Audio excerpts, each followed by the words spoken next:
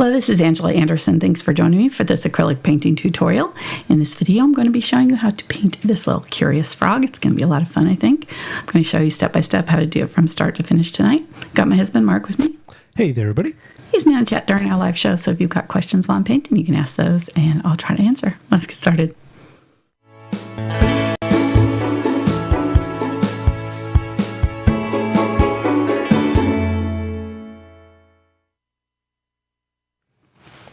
Alrighty, whoop, my camera's a little crooked there. Going to be using a 9x12" canvas today. This is the Fredrix mixed media canvas board. I've painted it with a very light coat of Indian Yellow Hue. I used maybe that much and put it right here with a little bit of water and a little bit of glazing liquid, and then just spread it around on there. So it's very like transparent thin coat of it. Or you could use any kind of light yellow that you choose. As far as brushes go, we're going to be using the Princeton brushes, and I think I'm mostly going to be using my blenders tonight for a lot of the frog parts, and then maybe the 3/8 inch, potentially the 1/4 inch angle for some of the details, and then a number 1 round for some of the smaller details. I don't know that I'll need these bigger ones except for maybe on the background.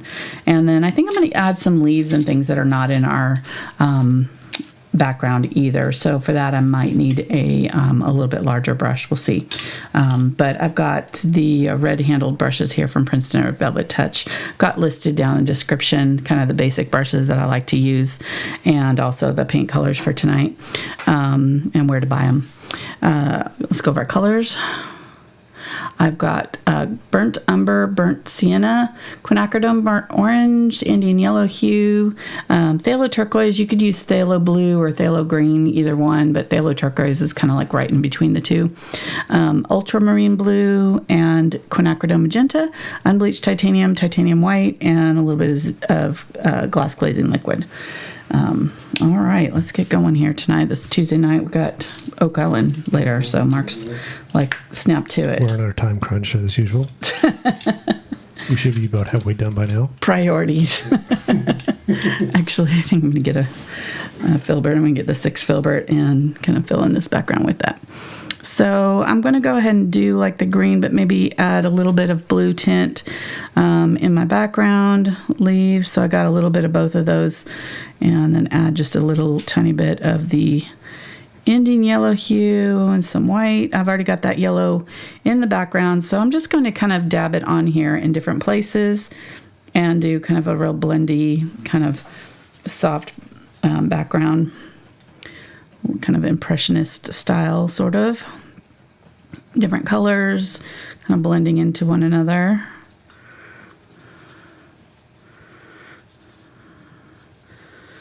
Welcome to our live stream if you're new to our channel. Didn't say welcome yet, and not if you're not new, thanks for coming back. We didn't scare you off the first time. Good thing, good deal. Cutting some Indian Yellow Hue. I'm going to use these 3 colors plus white, just mostly for this background. So just kind of varying degrees here as I go. And just try to blend wet into wet. Start in like one little area and try not to overblend, so that I do get some kind of like juicy brush strokes showing here and there.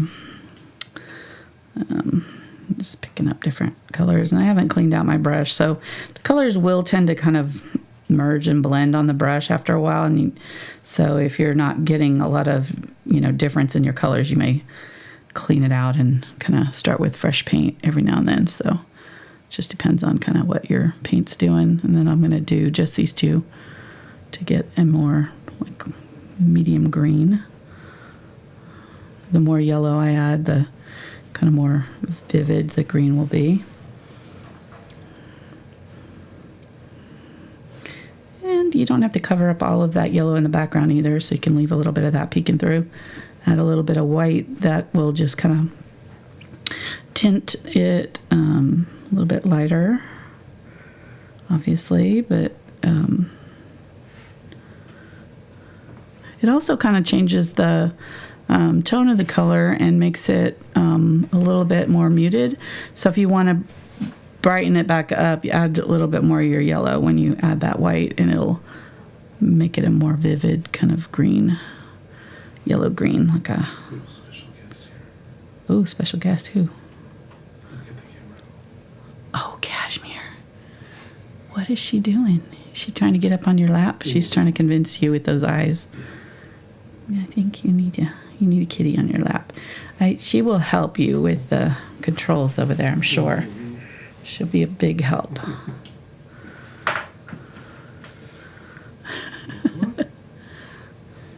Got your paw stuck, didn't you? She's got a snaggle claw. She keeps getting caught on everything. Need to clip it, I guess. I don't know. She's snagging couch and pillows and shirts and everything else. Her bed. She gets caught in her bed when she's trying to jump down. She's a mess. She's an old girl. She's like 16 years old already. So old. Ancient. For cats it is. Because cat ears. All right, I'm going to add a little bit of the unbleached the Quinacridone burnt orange here too.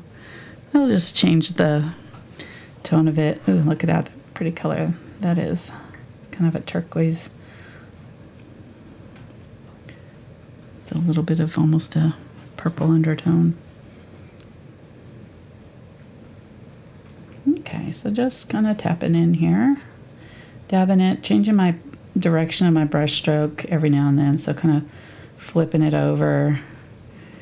And you'll kind of develop your own, signature style for this. The more you do it, the more comfortable you will get at it. And you'll kind of have your own style. It doesn't have to look like mine. So I wouldn't try to make it look exactly like mine. You're going to load your brush differently and hold your brush differently and press down differently. And, there's just so much uniqueness to everybody's way of loading and holding their brush and all that I don't think that I would worry too much about getting and get exactly like mine. Just kind of do what feels right to you, what looks good to you. And the more you do it and the more you practice at it, the more comfortable you'll get at it too. It may not be what you consider perfect on the first try, but the more you do your painting, the more comfortable you get at it. And it's just like any kind of skill. The more practice you put into it, the better you'll get to. So give yourself a chance to experiment and play around with your paints and have fun at it. Don't stress out. That's my advice for tonight. I like it. About life also. Yes, life also. Enjoy it. Don't stress over it. Somebody. I was watching that Netflix thing, Cheer, today while I was trying to redo my biography for my website. Which, oh my gosh, that was not fun. Anyhow, and one of the guys said, if you won't be upset about it in 5 years, then it's not worth being upset about it right now. I was like, that's a good philosophy. I like that. If it's not going to be something that bothers you in 5 years, it's probably not worth making an issue out of it. We have a question. Okay. Do you want to do questions on screen or just questions? Sure, you can do a question on screen. That's fine. Here we go. Maybe. Mm-hmm. As long as it doesn't cover up the painting, so. Oh, because I need to have this turned on real quick. There we go. Yeah, that kind of covers things up. We'll do it quickly. So the question is, when painting this background, are you planning on it just being one coat? It seems like they have to do it like 3 or 4 times. Yes, I'm going to do it in one coat today.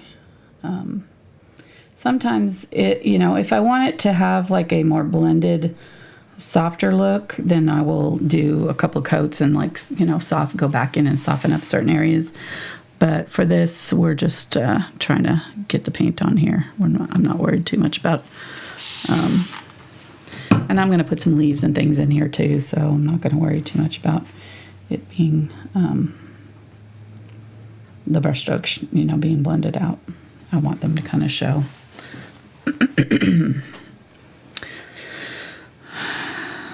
But if it's not covering, it could be that you just need to add maybe a little bit of white, depending on the quality of the paint you're using or the colors you're using. Like, these colors are fairly transparent, so that adding just a touch of white to them will help them cover better in one coat.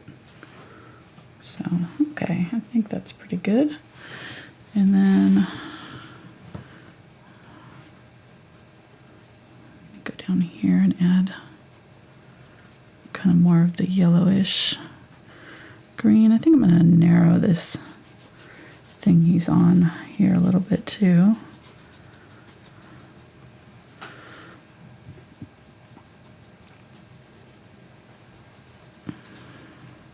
I won't pop this one up, but what's the nail polish color? Something about hularific, I think, or something like that. It's hularific, I believe. Hularific. I can't wait to see your new colors for Valentine's Day. Oh. Halo themed. Nice. Did you buy me the whole thing?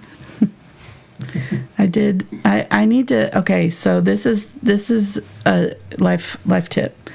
Don't watch, if you have a nail polish fetish, don't watch videos about nail polish on YouTube, because you will buy them. I'm talking to myself right now, because I did this yesterday. So I'm confessing here. This is my confessional. You're confessing. I may or may not have bought. You're confessing in a safe space. Like, I don't need any. I know that, but they were so pretty. So, yeah. We'll see. We'll have some neon colors coming out here in a little bit. Some neon and some very sparkly ones.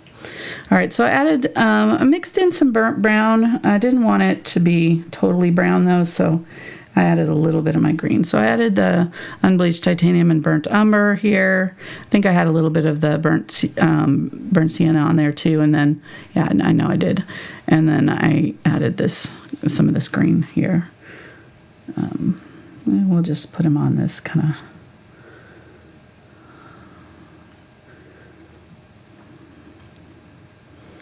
Can always change it later if we decide we don't like it.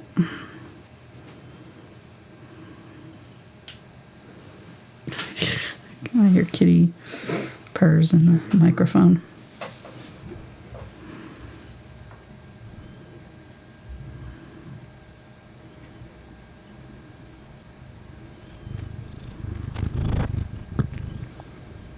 Okay. Yeah, I kind of like that kind of dusky brown color. It's kind of nice. I'm going to add a really dark, almost black here with the burnt umber and turquoise right here. There's a shadow where his body is. Coming down. So when you're doing this kind of thing and you're wanting to add, your darker color, go ahead and put it on where you want it the darkest. And then when you want to blend it out, we're just going to kind of pull it down into the color that's already wet here. And you can see how it's already kind of starting to blend. But make sure you get all of the dark color down where you want it first. Because once you start to kind of blend it, it dilutes really quickly. So, and then if you go back up here, it'll pick up these lighter colors and you won't have it as dark. So put it down where you want it darkest, and then we'll just kind of lightly blend back and forth just to kind of soften up that edge. It's supposed to be kind of a shadowed edge, so it's not a hard line.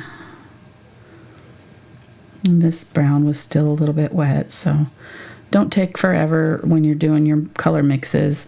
You can really, I think that people tend to get caught up in the, color mixing, and don't realize that you can really edit your colors fairly easily even after you put them down. You can wash. I'm getting this hair, sorry. you can wash back over them with other colors to tint them with a light transparent glaze. So you don't have to live with the color, you know, if you don't like it.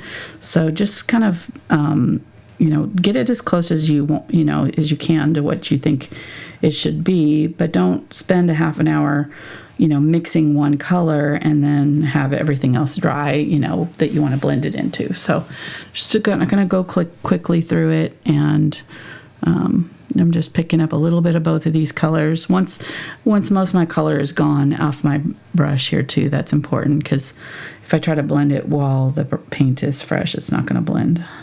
Or while there's a lot of the other colors on there, it's not gonna, it'll blend with the paints on there, and it won't be dark enough. Okay, so there we go. Kind of going dark along the bottom of that stick he's on, or whatever it is he's on. I'm going to get a little bit of the lighter color and come up underneath.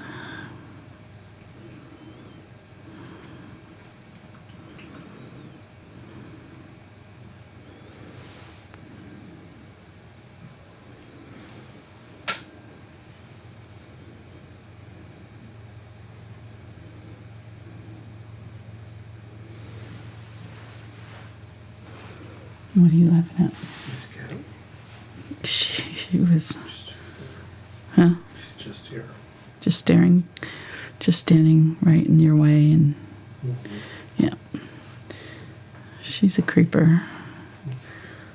She'll just come over and stand right up next to on the arm of the couch and like supervise everything that I'm doing. She doesn't get on my lap. She doesn't want pets. In fact, she doesn't want, you know, she gets upset if I pet her. She just wants to stand there and watch me.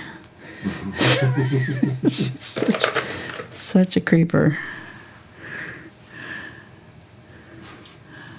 So funny.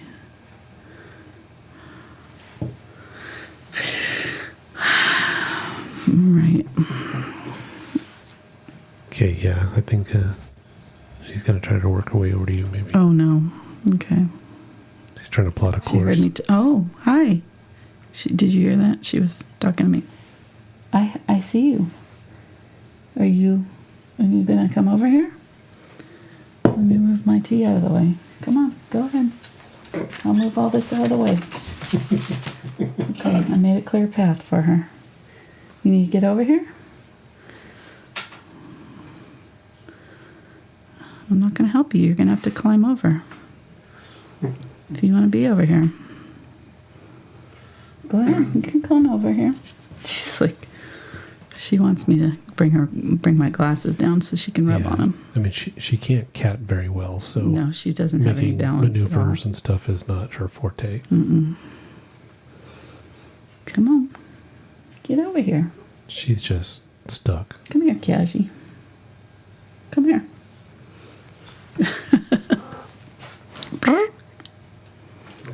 Oh, now she's going back to Mark. All right. Sorry. Well, we need to have her on camera, I guess. Nobody cares. Cat. She's just distracting us.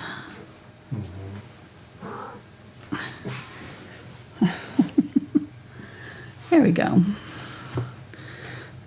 Good. I don't want to spend a ton of time on this. I probably need to change my brush here now, getting into these little tighter areas.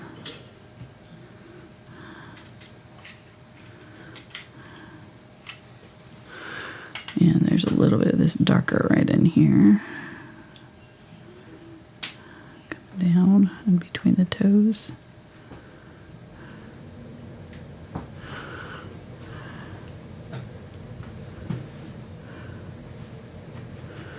Okay.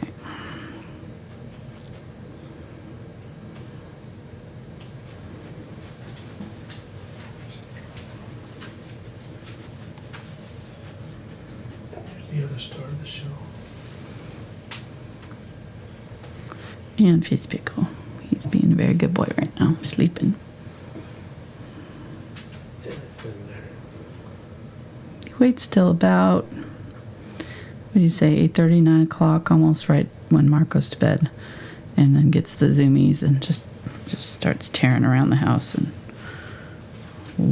barking and wanting everybody to play with him.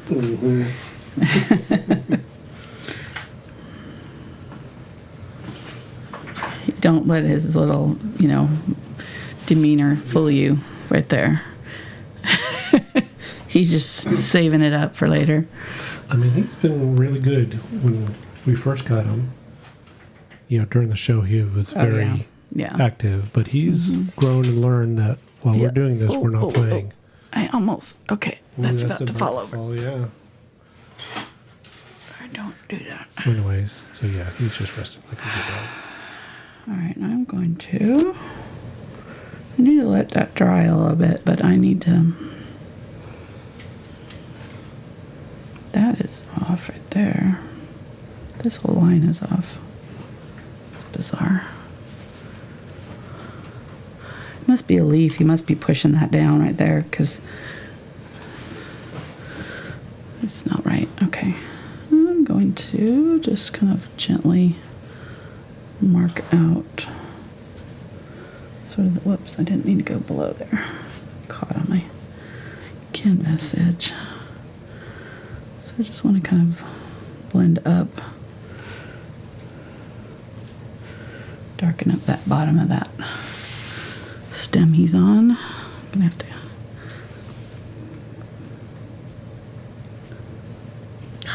get rid of that light color.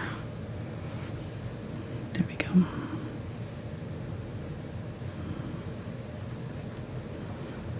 Okay. And like I said, we'll add leaves and things, but that should be a little bit.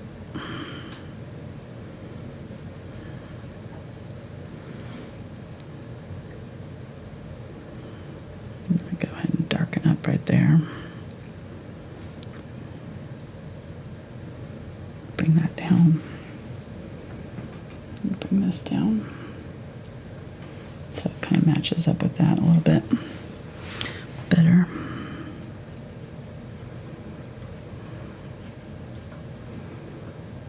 Okay.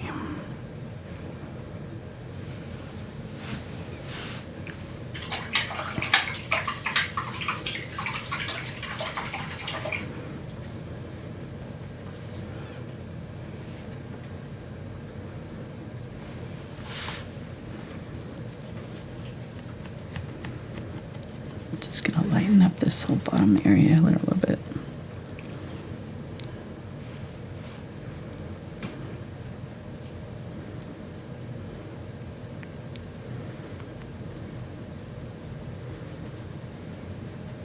So that it's kind of more similar to that up there.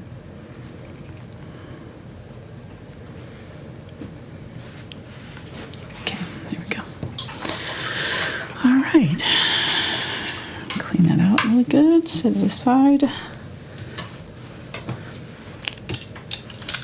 And I think I'm going to use, actually, no, I'll go ahead and use the angle brush. You can get into smaller spaces with it.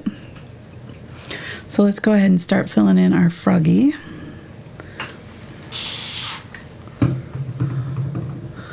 going to get my burnt orange and a little bit of burnt umber. Like a nice dark brownish color. And then I'm going to add my yellow to it so that it's kind of a golden brown. Let me add just a tiny bit of green, and that'll be our kind of frog belly color.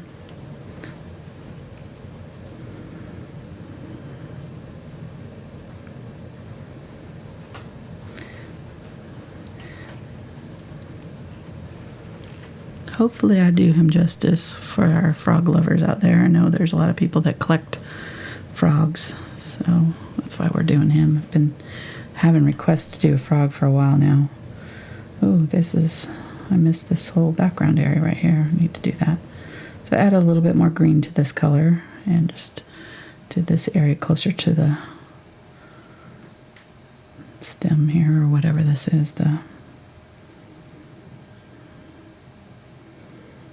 these tree, that branch, whatever he's leaning on. So these two colors should be very similar so that he kind of blends in right here. It should be dark.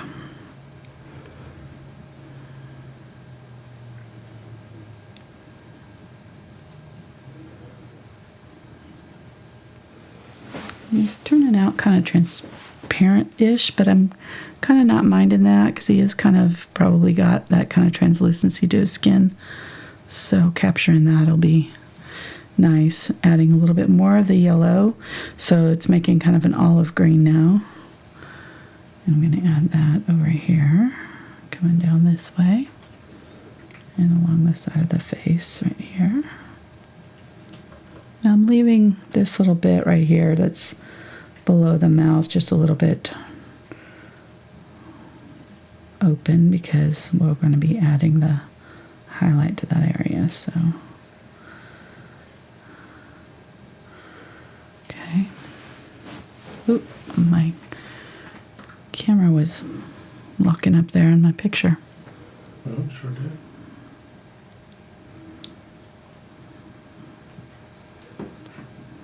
Even not going to have a lot of buffering on our live stream. That's no good. Still showing good connection. Okay, good. That's weird. Yeah. All right, so adding quinacridone burnt orange and Indian yellow hue. And if you don't have the Indian yellow hue, you can use a different yellow. That's fine. It's just, you just want a nice bright yellow for this. That'll make a nice green. It was probably Windows trying to update in the middle of the show again. Yeah, exactly. My Windows forced me to update when I closed. It didn't give you the option of not, and then when I opened, it was forcing me to log into my Microsoft account, which I don't have the password on me. Like, I don't remember what it is, so. Minor panic just before the show. Yeah, I'm like, I had to close down my whole computer again and come back in. Unfortunately, it was gone. And I was like, really? It wouldn't let me not enter my Windows account info. That's annoying. All right, I'm not 100% happy with that color that's going on there, but we'll come back to it. I'm going to get some brighter green here. What? You gotta add a little background color there between the frog and the branch. Yeah. Right here. Good job.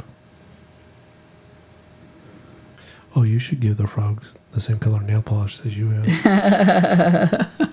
I like it.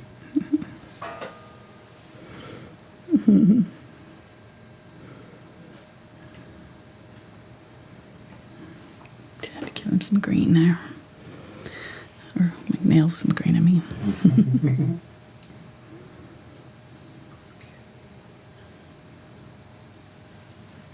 What? Just talking to the cat. Making it very difficult. She's helping.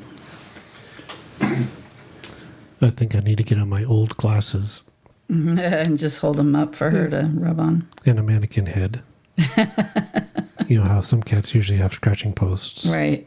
We'll just set that up for her. Just set up a mannequin head for her to rub her face on. On the glasses, yeah. Yeah, I like it. And then I'll sell them.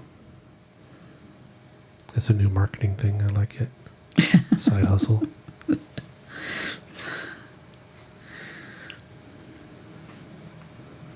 Human head scratching posts. Yeah, if your cat's weird like ours.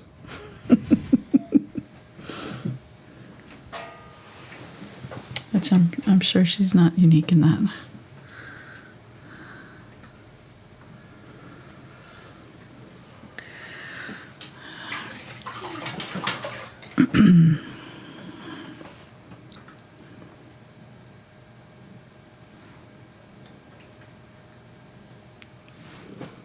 I go back and use this brush because it's given a different look. Just using this brush makes it different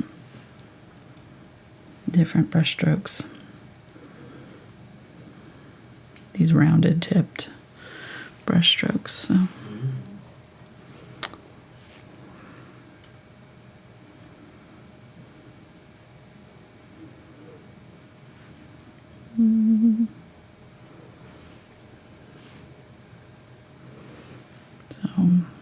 do some of that same color down here.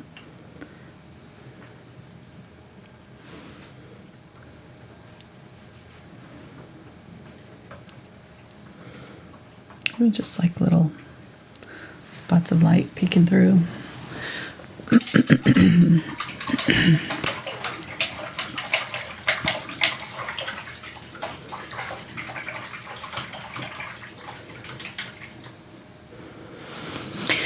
And then let's go ahead and do the leaves that are going to be in this area here, because they're probably going to be kind of behind him, so I don't want to have to try to go around the frog.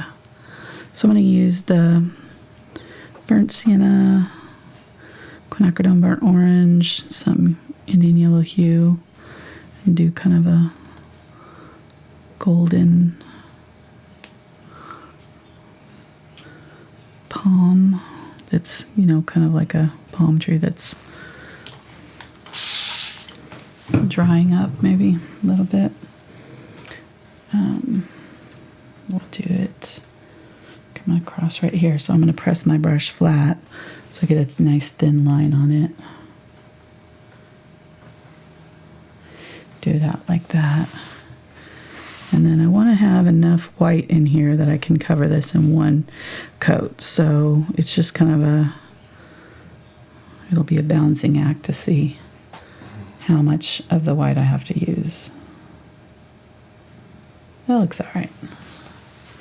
Okay, so I'm gonna set my brush down, and I want to get multiple colors here. So I'm gonna dip into the darker colors so that I have like little tips and things of the darker. So I'm going to set my brush down at an angle, or, you know, kind of facing the edge end of the leaf, and press down and then pull back. I'm just going to pull that one right off the end there.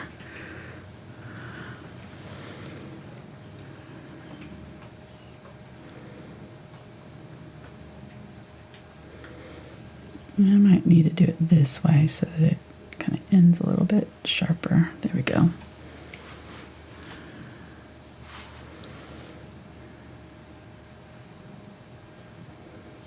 Gonna go behind his head.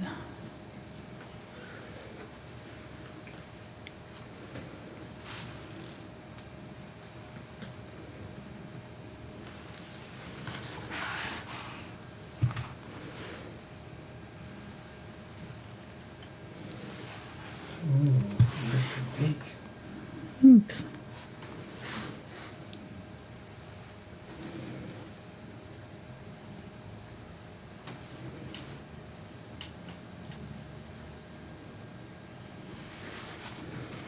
Something like that.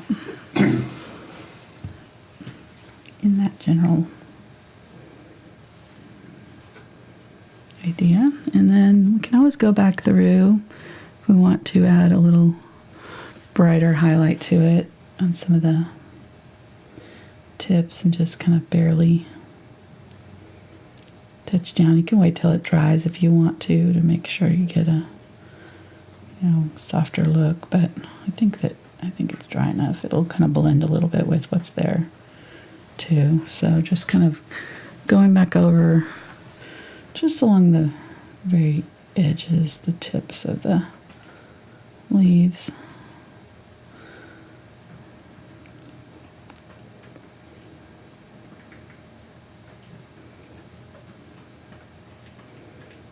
Just to add a little highlight.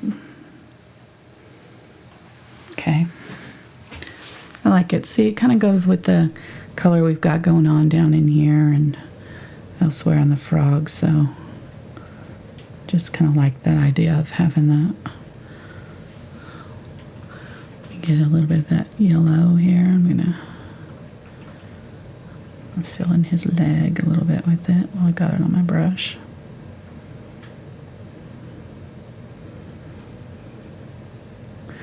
And then use it down in here.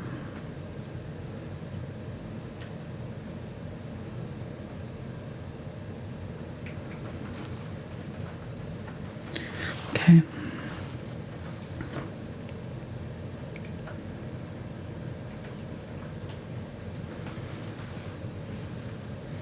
pretty. I like it. All right, and we'll use the color, in multiple other places too. So.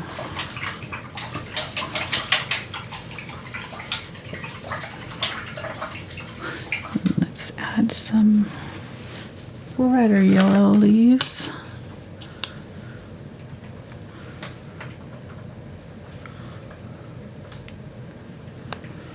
Make a decent time. 6:30. I think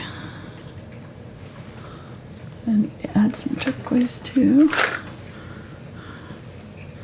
If you want to have a green instead of this turquoise, you could start with a green that you like too, just as long as you can mix a variety of other greens with it. This having the turquoise and the ultramarine blue will give me a good range of greens that I can pull from, that I can mix.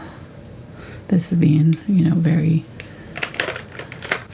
very blue based, and then, I can add the yellow to it to make it more green. Got a real quick question. Yep.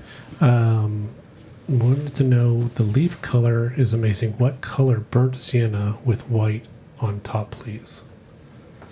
Burnt sienna and white and the Indian yellow hue. Okay. And then it had a little tiny bit of the quinacridone burnt orange too. So I used the burnt sienna with the quinacridone burnt orange. They're very similar in tone. You can see them side by side, but this one's transparent.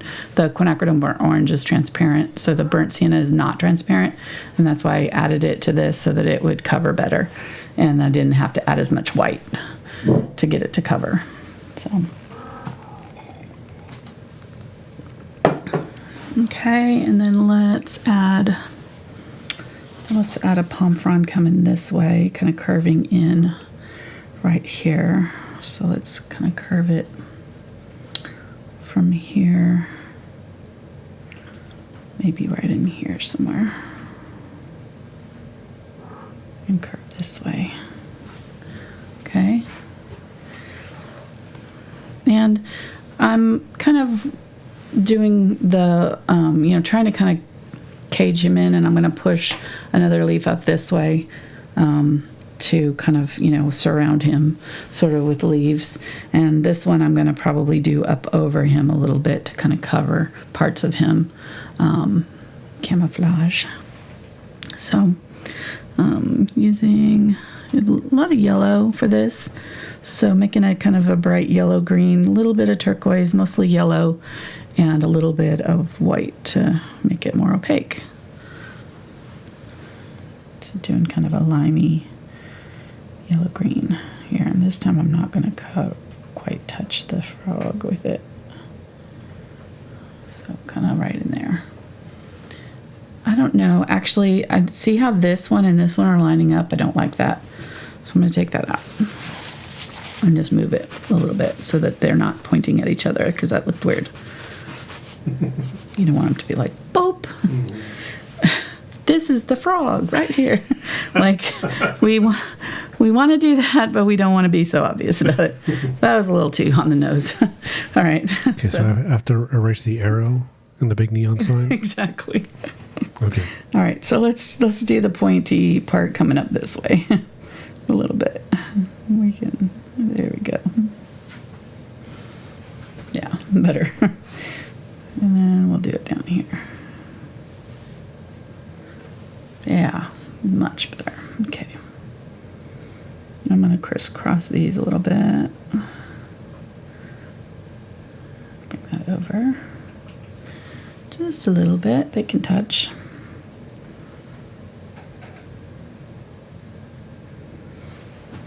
I like it. And I want a little bit darker green to use too, so kind of have a little bit of both here. I want a little bit of the darker green where it kind of attaches to the stem. And you just kind of have to go by what colors are your background too, because if your background like ours is pretty mid-tone, so these mid-tone greens are going to kind of disappear against it. So you're going to have to use a little bit brighter or a little bit darker greens to get them to show up. So just kind of, look at that when you're doing yours. Keep an eye on that so that you have some contrast in these leaves. They don't have to be like super obvious, but you do want them to kind of be visible somewhat. I'm going to curve these down kind of behind him.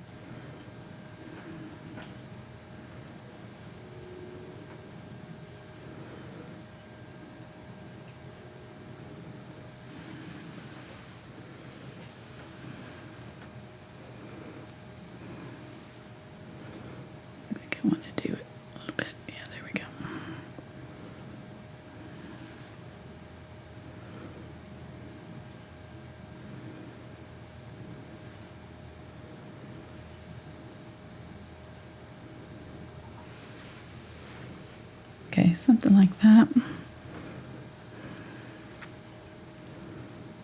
And then let's go ahead and like crisscross this right here so that this one's coming kind of up over it a little bit. Don't you have some brushstroke techniques that videos that show this? I do. Maybe not this exact brushstroke, but yeah, I do have one that shows, how to do different leaves. But I think that, mainly it's just kind of, here, I'll do it on paper here real quick. Here, we'll give Stickman a leaf. He can be like surfing on a leaf or something. Okay, so you want to start. Where you start is going to be a little bit thicker, so you're gonna start with very little pressure, and then you press down at the width of your leaf, however you want, and then as you lift up, you just keep pulling, and it'll get thinner and thinner. My brush wasn't loaded properly. If you load it properly, and being on paper, it's sucking the moisture out of my paint.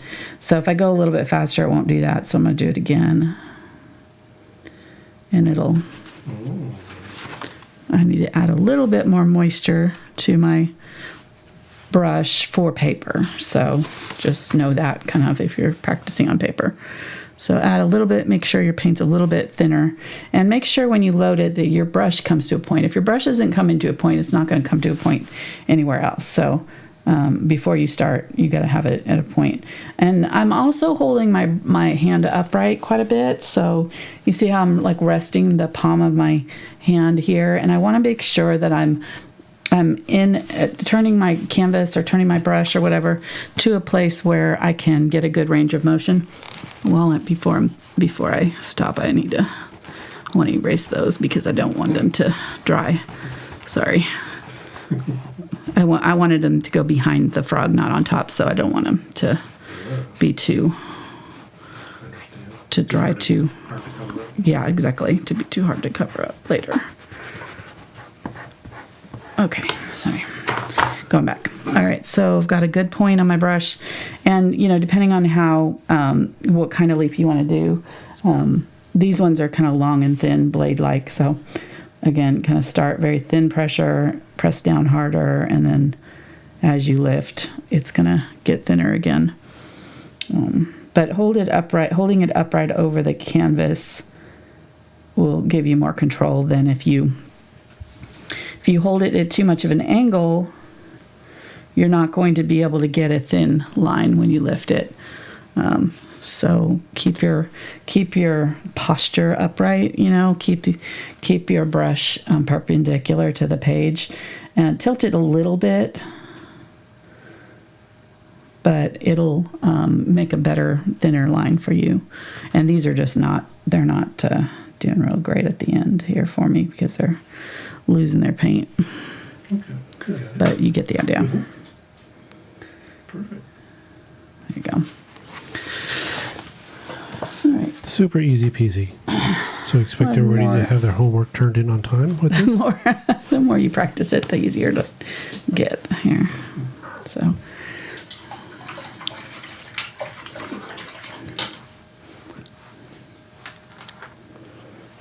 But you can see the lines are breaking up a little bit, but they're not breaking up as much as they were on paper. They won't do that to you on the canvas as much.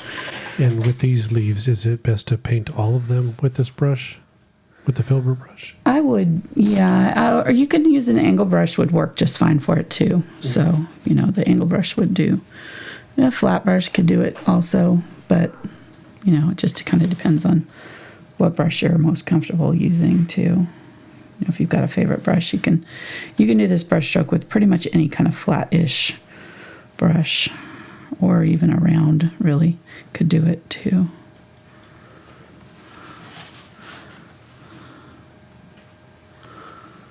All right, there we go. Oh, he's kind of more in the jungle. I like it. And then you could do as many, you know, leaves as you wanted. You could really kind of go to town here. Ooh, don't want water on there. And fill up the whole thing with, you know, a bunch of leaves if you wanted to. So, and like I said, I'm probably going to add some darker leaves down here once we get him mostly done. All right, let's get serious here. I'm going to get a,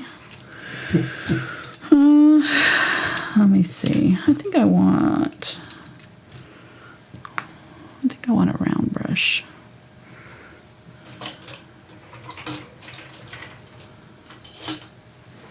I'm going to try this one. This is the 2 round.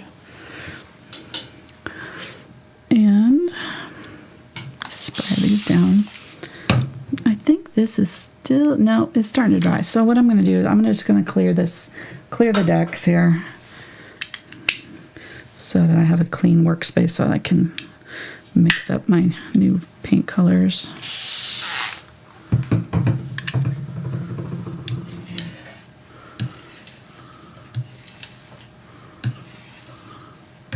These are all drying, getting kind of crumbly, so I don't want to mix into them and pick up. Oh, that's very soupy. There we go.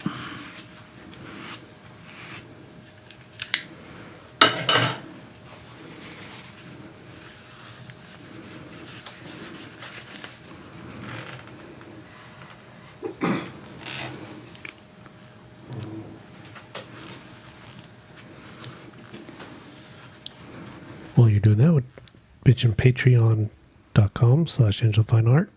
And over there, you can sign up and for a small fee. Right now, it's $2 a month. You can get access to traceables and all traceables back to February 2017. And then there's other levels, $5 level for the bonus videos, which we're going to do January's this Sunday. This Sunday, yep. And then also the challenge images on Thursdays at the $10 level. So yeah, our challenge images landscape this month, and it's coming out really good. You made some serious progress. Cashmere, what are you doing? Hey, okay. Oh, she's getting in my lap. What are you doing? Weird cat. Go ahead. Come here.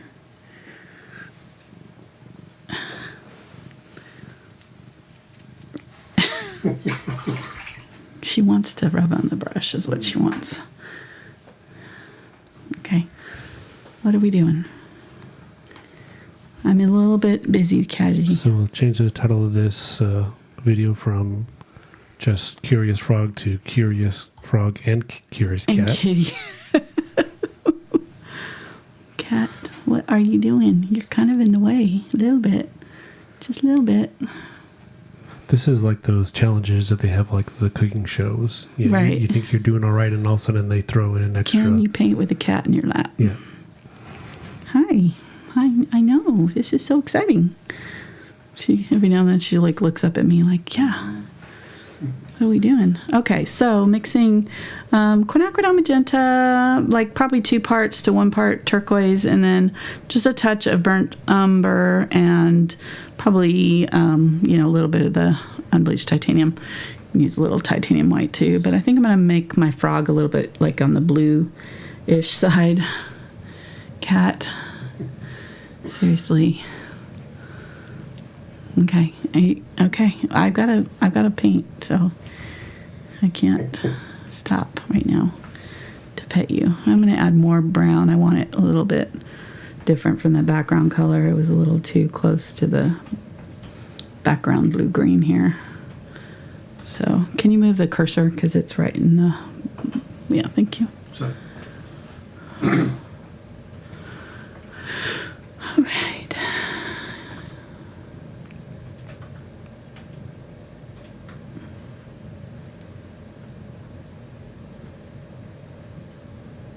Cashmere, we really need to move. This was fun for a minute, but she's she's serious about it. She thinks I'm like rubbing the. Oh, hi, Dad. Hi. Okay, it's time to go. Okay. What? Fun time's over. Oh, so mean. Here, I'll put you in this box. Oh, thank you, honey. Adventures in the studio.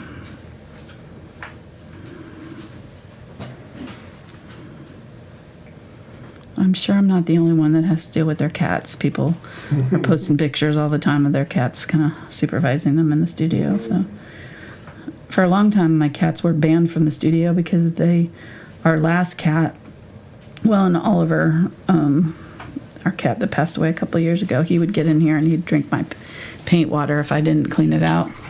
And then my other cat before that, he would chew up my brushes and he would get a hold of them and chew them up. He thought they were great fun to pull out and chew on. So for a long time, the cats have been banned from the studio. Cashmere only, we keep the door closed during the rest of the week, and she's only allowed in here when she's supervised. Don't trust her. All right, so you see the difference between the pure white and this blue that I was using. So I need to just go quite a bit brighter here. I'm going to add a little bit of yellow to it also. Let's see. This background green and this frog are too similar. So I need to separate out. There we go. I need to separate out these colors a little bit better. So he stands out a little bit better. That's better. So just adding a little bit more white here. And then dabbing it on to blend it in. Okay. And then I'm going to do more of a green color. And let's go ahead and add a little bit of burnt umber to it too. And then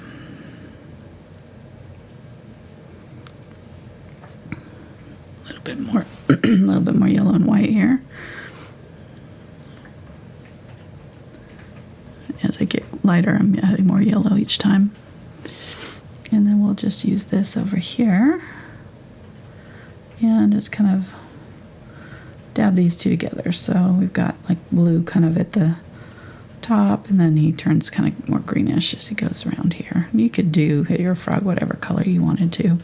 I like these kind of green tree frogs here. They have kind of almost a glassy skin, very thin. We get them here. I don't know if this is the same kind we get, but I'm sure our frog friends would know. But we get these really cute little green frogs that'll get up on the windows at night and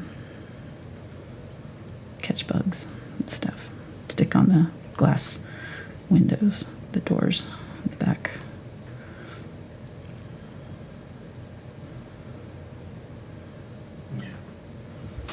They're really adorable. Mm-hmm. And they make a cool noise too. Yeah, they do. We may or may not have found one petrified once. I may have squished one, not knowing he was in the door. Mm-hmm. Yeah. Found him probably a month later, all dried up and petrified, like Mark said. Very sad. Mm-hmm. Very sad. Yeah. It's like, oh no. Yeah, I must have opened the door at night when he must have jumped into the door frame, and then I closed it on him because he was in the door frame. Poor guy.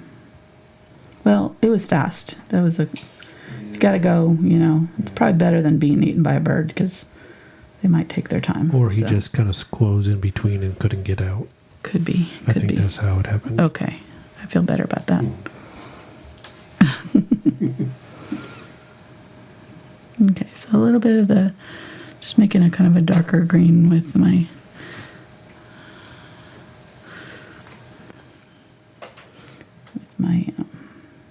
burnt umber and the turquoise and Indian yellow hue.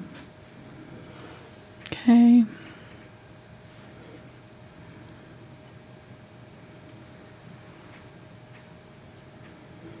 And I'm really not like blending per se. I'm just kind of tapping, kind of like how we did the background. Just kind of tapping one color next to the next one to kind of sort of try to blend them visually, but not necessarily have them smoothly blended. Okay, and I like that he's kind of disappearing into the background a little bit. If you wanted to, you could probably make your background. I kind of am wishing that I made my background a little bit more of that yellow green like in the picture, because now I'm seeing that he really is like a little too close to so I could make him a little bit more yellow green, I guess. We could try that. I don't have a bright yellow to get too bright with it, but instead of doing the blue, I could do, well, we kind of did it over here though, so I don't know. We'll leave it. We'll kind of just use all of these colors on him. All the colors of our background. Different places. But I think I'm going to play with this. I might just darken up that background area a little bit around his head. And I can do that by glazing. So remember when I was talking about how, don't worry about if you get your color exact, you can always kind of change it. So this is what I was talking about. So I'm going to go ahead and get like burnt umber and the turquoise.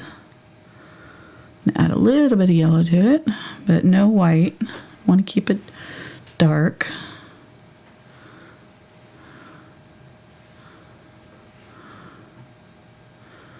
Okay, and then I'm going to add glaze. And that just keeps it transparent, but makes it stick. If you add too much water to heavy body acrylics, they won't stick well to your canvas. So I'm going to go over this area. Oh, I've got cat hair. I'm going to go over this whole area that's kind of just behind this frog with this transparent color. And I'm going to do it quickly because I don't want it to dry on me before I get to blend it out. So go ahead and put it on where you want it darkest, wipe your brush off, and then work that edge out and just kind of push that wet paint out. And don't go over that area that's the darkest area. You want to leave that as is, but we can darken up that area right there. And it's going over the top of these leaves, which I really don't mind, since they're kind of in the background too. It's going to push those back too. So that will help keep that guy looking like he's a little farther back. It kind of looks like a little bit of a shadow on there maybe, or I don't know. And I don't want a line here, so I kind of want to make sure that I'm kind of blending that out. But just be careful about it because that wet paint can move very quickly. So make sure your brush is fairly dry. If it's too wet, it'll just wipe it off. It won't blend it out. So, okay, so that looks a little bit better, I think. I'm going to do that also down here.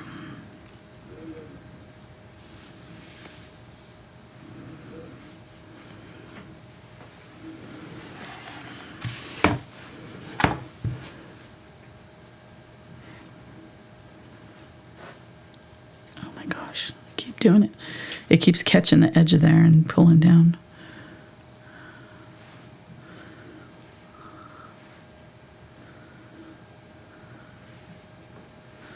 Okay, so burnt umber, turquoise, and yellow.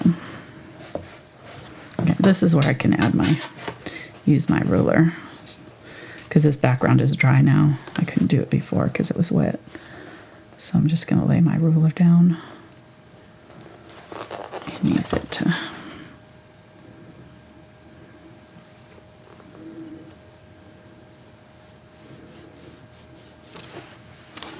There we go. Get a straight line. Nice.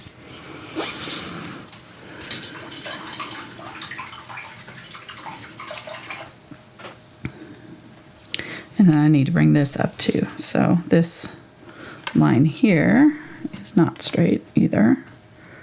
It's straight there, but it, like I said, it kind of dips. I think this is probably the leaf, and it kind of dips. So I'm gonna make this straight because it looks kind of funky right now as it is. So I'm going to darken up there and there and just kind of mark it so that I know where that line is. There we go. And these two kind of lined up pretty well, so I'm not going to worry too much about it. All right, I'm going to shadow this bottom part of the frog, and then right in here, let's get some burnt sienna. Add it down here with that really dark glaze color.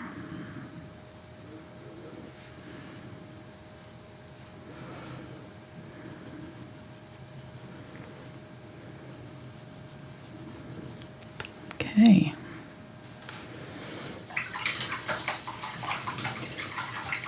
It's starting to take shape. I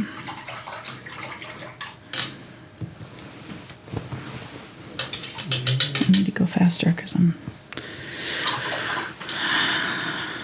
Because you're what? Well, I'm stopping Beautiful? to show stuff. I need to just keep going here. Why are you trying to show stuff during the tutorial? I thought we talked about this during the break. We're going to try to make this as obscure as possible. Yeah, really hard to follow. Dazzle them with the new camera angles and stuff. And all right. Not teach them anything. Not teach. I don't know about that.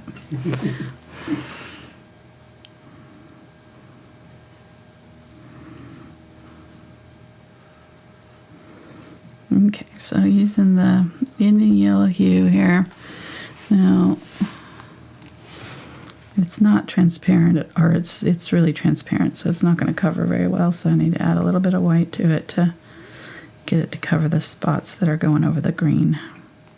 Which brush is that real quick? This is the 2 round from the VelvetTouch.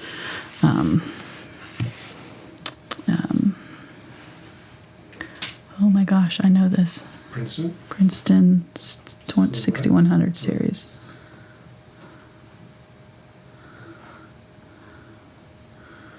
Kind of wish that I had added a brighter yellow to my repertoire of colors, maybe. Just because there's just a few places like in here where I feel like I could use a little pop of like a bright cadmium yellow light or something like that, but I think we're okay. I'm not going to add it at this point, but since we mix these colors, if we want to keep them wet, you're going to have to keep spraying them because they'll dry out. So these colors that were in the face and things, I want to use it on the knee here.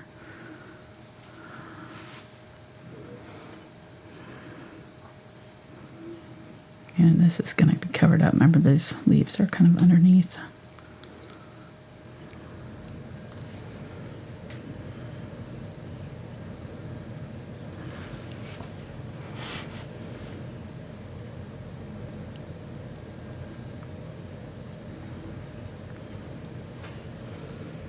Go.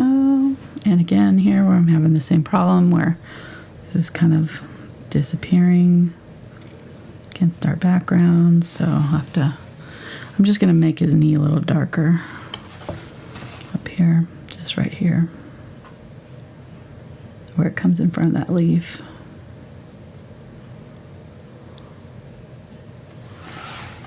There we go. And then use that darker green which was this color here that was left over.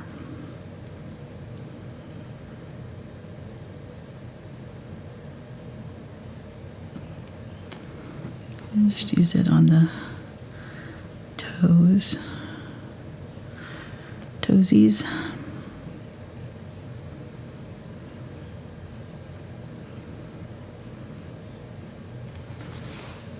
And it's kind of a dark separation between these two right there and these two right here. And then I guess this comes all the way down there. Wow, that's long.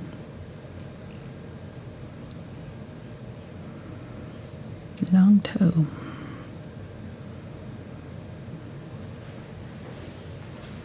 And these two are kind of evenly spaced out right here.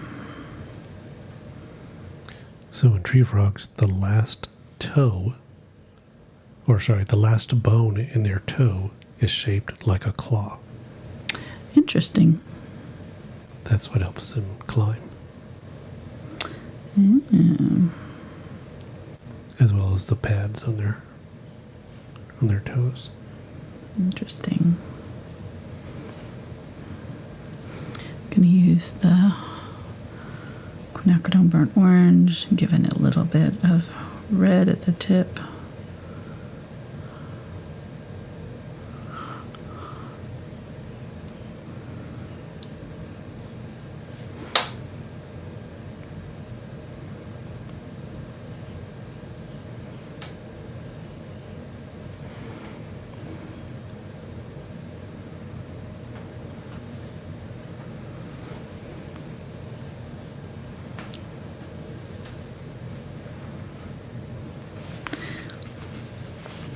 And getting some of that darker green here to pull down.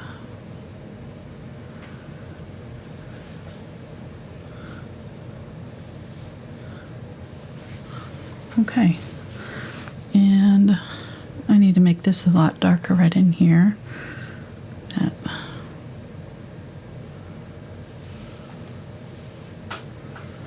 that Quinacridone burnt orange right there.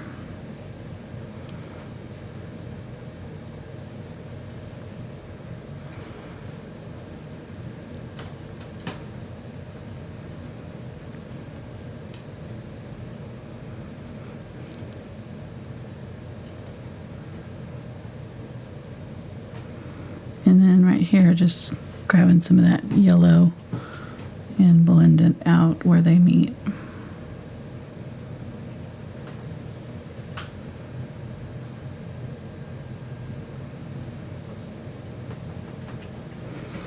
Okay.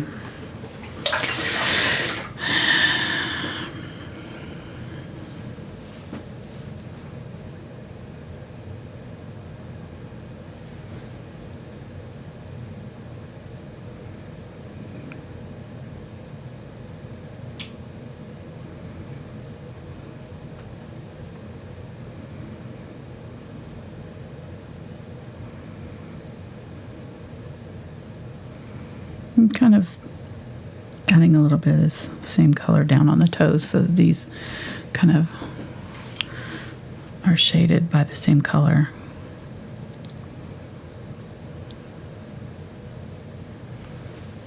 Okay, and then let's grab a little bit of white with my yellow and just pop that at the top there to pull that forward and give it a highlight. I feel like that maybe came over a little bit farther, and then I'm not sure it's supposed to be right there.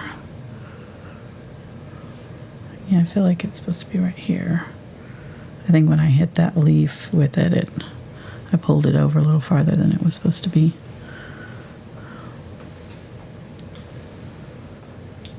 Got time for a couple questions? Yep.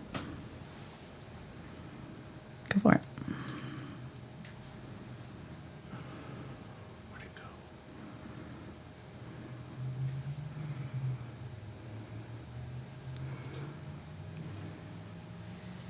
Would you recommend having all of these colors Yes. Yes, I would. These are probably the palette. If you're going to be painting along with me, I will be using a lot of these this year. So this turquoise is replacing my phthalo blue and phthalo green. Like before this year, and I only did this because I did a kaleidoscope project, and I needed to do it with 3 colors, and so I chose Indian yellow, Quinacridone Magenta, and this turquoise, and as a triad color scheme, and I was amazed at how many colors that I could mix with just these 3, and so the turquoise has pretty much replaced the phthalo blue and phthalo green that I used to use a lot. So instead of having to have both of those colors, you just use this color, and you can do pretty much all the same mixtures. So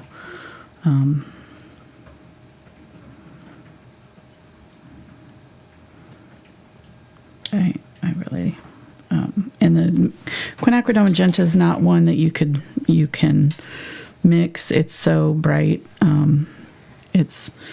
Let's go ahead and use it. Speaking of, let's use it a little bit. I'll show you. So you can make a blue that's very similar to Ultramarine Blue just by mixing the turquoise, and that's a really bright purple there. Look at how pretty that is. And then you just add more of the turquoise, and you'll get a blue that is close to Ultramarine Blue. Ultramarine is a little bit more intense, so I still would use it.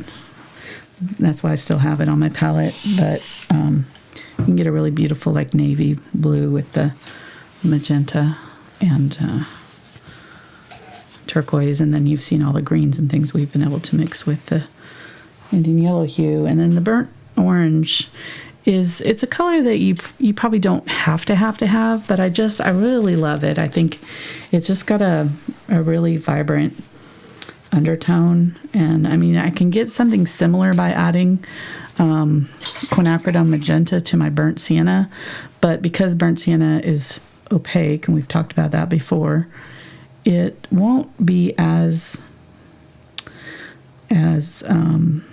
translucent.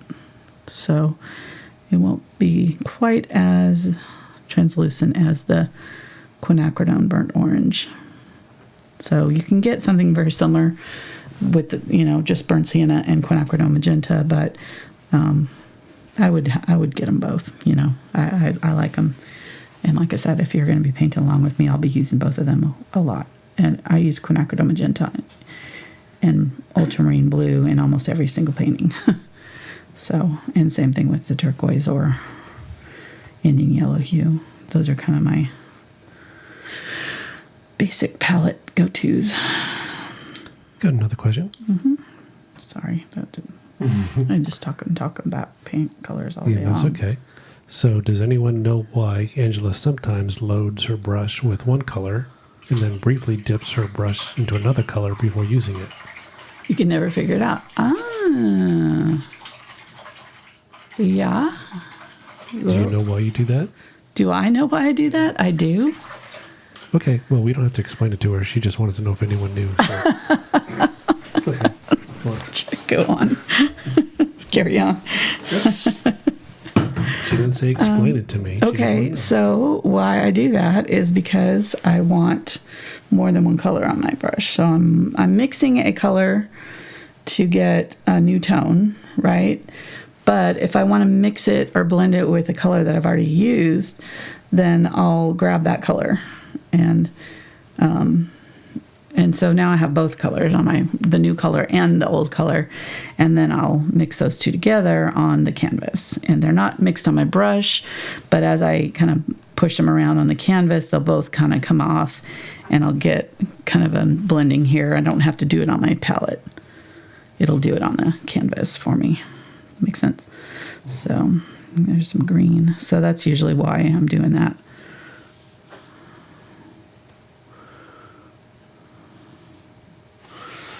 Right. And that's, that's a little bit too bright, but we'll let it set. I'm going to get a little bit of the darker color, blend that in. So yeah, so I'll try to catch myself doing it and explain it as I do it, but I'm sure I do it without thinking about it, so I don't even mention it. Getting some of the yellow. I'm going to use some of those yellow tones under here, but the yellow is transparent, so it's not going to cover very well. So it's just going to add a little hints of stuff going on under here.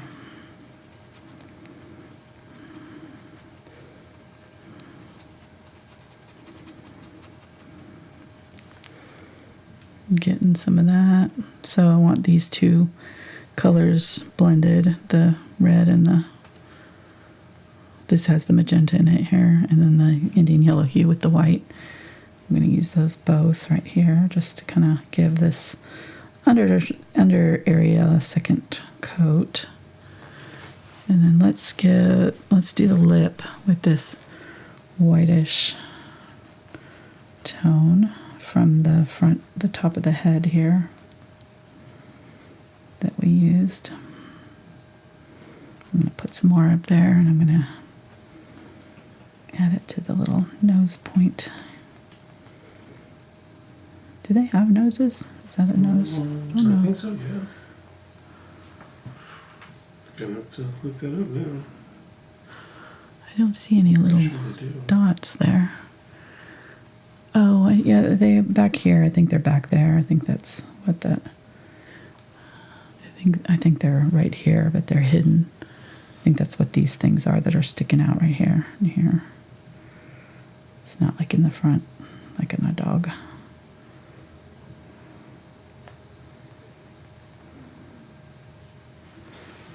Okay, so using just a little bit of this Indian yellow hue mixture. I'm gonna kind of blend out the green from the nose.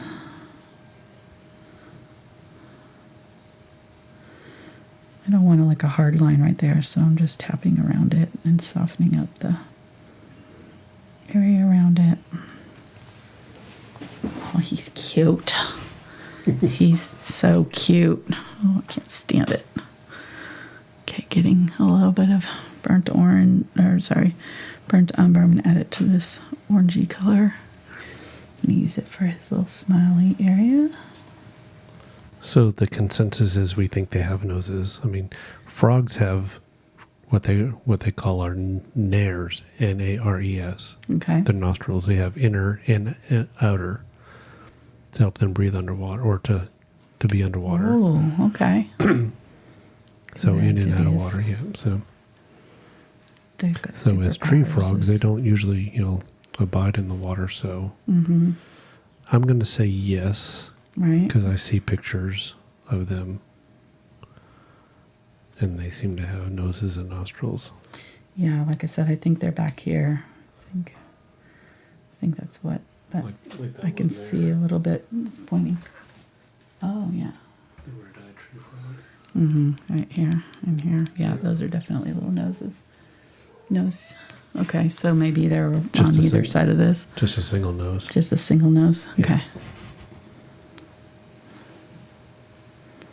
Nostrils, I meant to say, not noses. I think you knew what I meant. I think it's nose eye. Nose. Kind of like cacti. Yes. Check. I like it.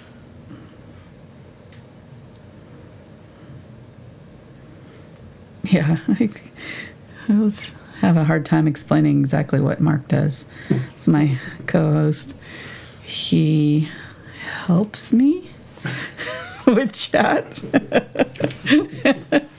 and provides a little comic relief. Cuts up and he's my co-host, but we all know he's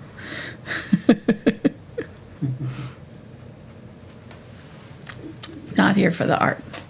That's all I'm saying. Yeah. Even though some people want you to knock me off or whatever they said. Yeah. Do away with you. Do away with me. Can you do away with that guy? No, probably not going to happen. And get some white here, and I'm going to add a little bit of zinc. I'm sorry, glazing liquid. Wow, I cannot talk. Jeez. Okay, I need to get this hand. I haven't even started on this one. I've been messing with this one this whole time. All right, I got to get going here. I've only got another half hour to finish this. You better hurry up. I know. I'm going to miss the 15-minute recap of everything that happened last week on Oak Island. Or the last 9 years. They didn't find. Yeah, exactly. What they didn't find. Right. Oh, we found another button. So exciting. All right. So I don't know what color. I think I just did the quinacridone burnt orange and the turquoise here with some white. You might have to replay that because I don't remember exactly. I was talking to Mark there. I wasn't fully present. I was on autopilot. I apologize. Just covering that whole back area up there. We're going to add spots to this, but I'm just going to go ahead and cover it with a nice dark green. Oh, he's looking so cute. I love it.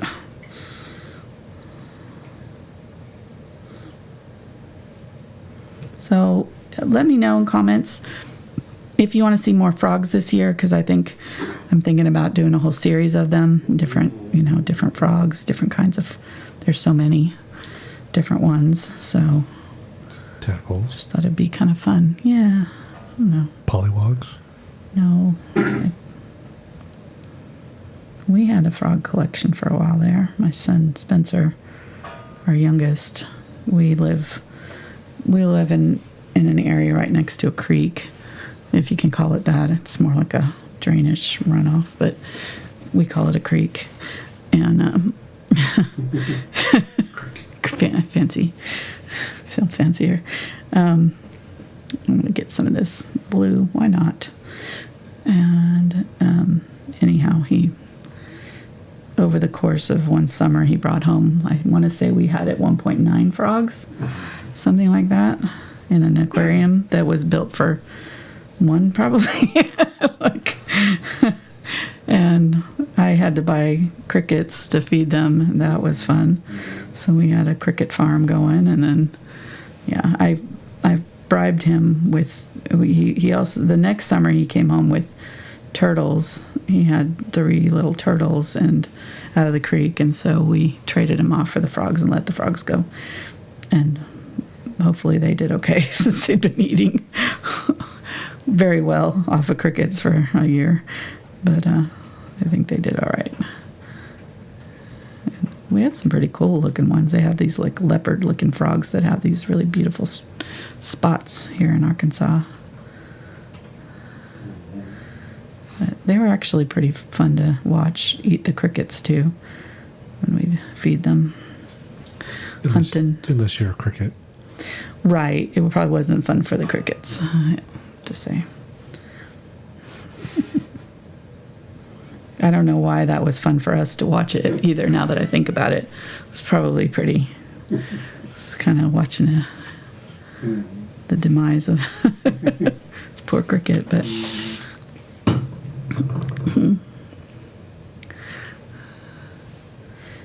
all right, so adding some white highlights here, just adding a little bit of white. Added some little bit of yellow spots there before it dried.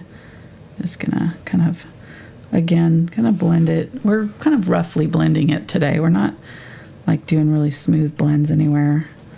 So just trying to kind of give it a little bit of a painterly look. Let more of our brush strokes show, and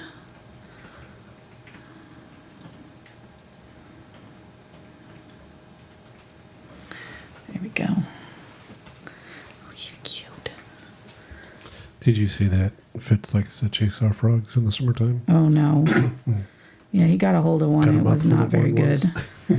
He didn't like it too much. Realized what their defense mechanism was. Yeah. Yeah. Ooh, yeah, I looked it up.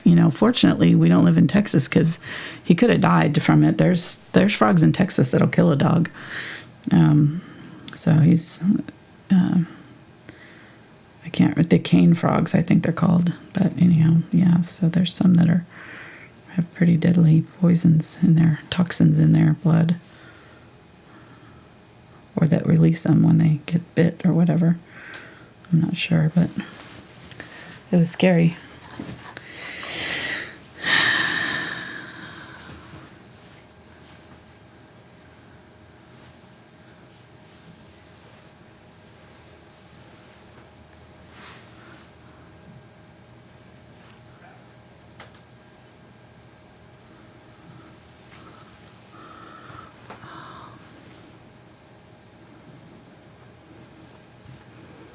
Okay, so now over here, these toes are kind of crunched up. They're not really spread out, so they kind of look a little weird.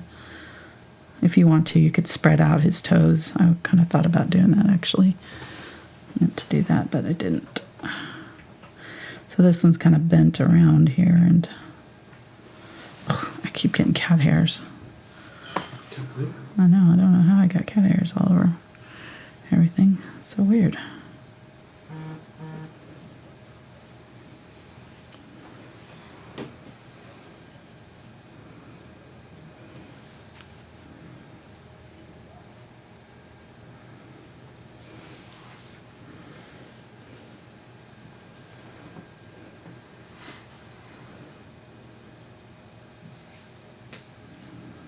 Oops.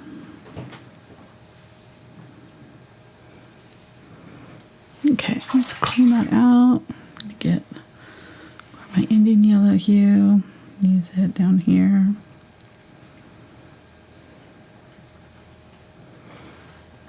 Use it right in here.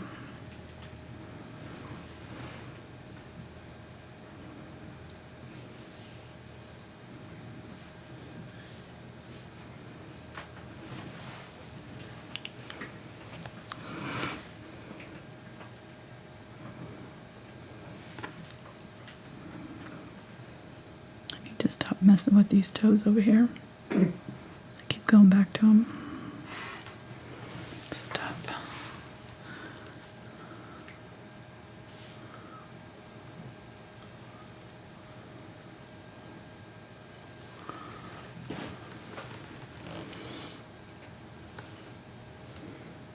Okay. Let's get this hand going. So using the Indian Yellow Hue and the white here. Just using a little bit of the white just so that it's more opaque. So it'll cover. Oops. Touch my hand in it right here.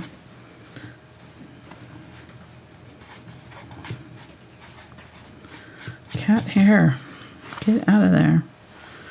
Okay, don't paint with your cat in your lap.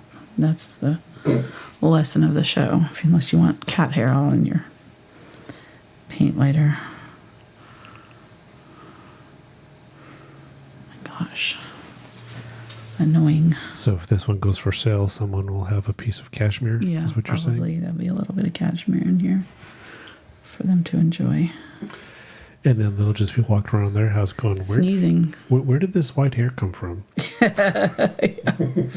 Yeah. We've told the story before, but Jordan was on deployment. He'd been gone for several months.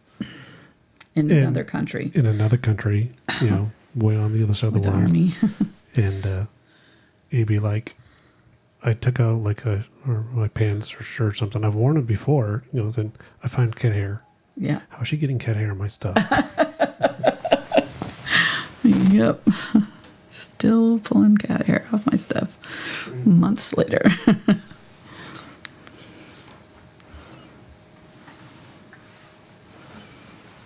Okay. Cute.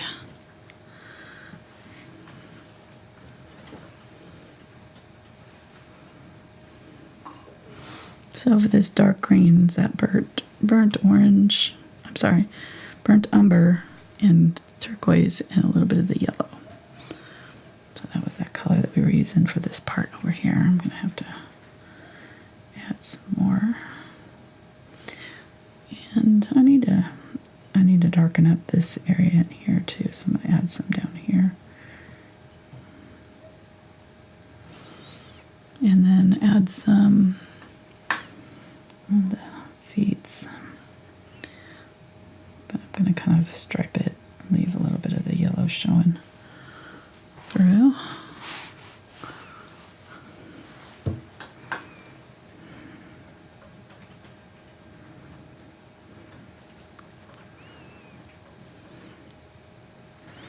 And let's just spray these again. Just again, keep them wet while I'm working because they'll dry out pretty fast once you spread them out. Get some burnt umber. I'm sorry, burnt sienna. I can't talk.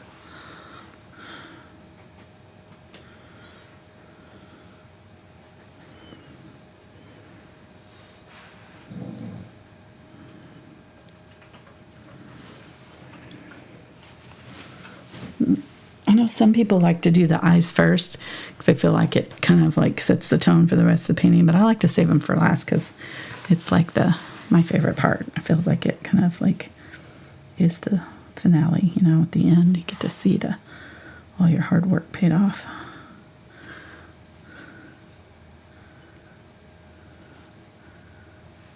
So we're almost to the eyes here. I'm using some of that kind of olivey toned green, and you may have to take notes, you know, if you're painting along with me, because when it gets to this point in the show, when I'm pulling from paints that I've mixed, you know, 30 minutes ago, I don't remember exactly what I painted, what the colors I used were, so you'll have to look it up. But you can, if you take notes while I'm painting, you can take screenshots of the palette and then make notes on the screenshot or whatever. That's how I would probably do it. Keep yourself a little painting book like I was using before. These are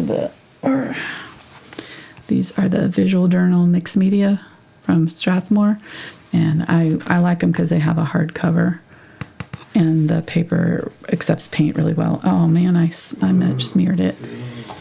I didn't notice that when I did it. Well,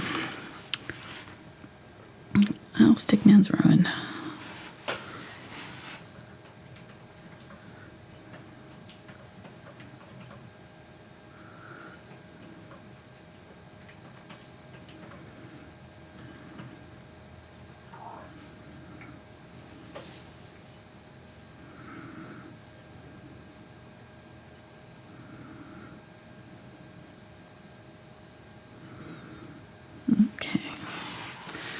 And I really need to be leaving more of this like bright yellow in here. I don't know why I'm covering it all up because it really needs to be brighter in this area. So I'm going to try to get some of that back with my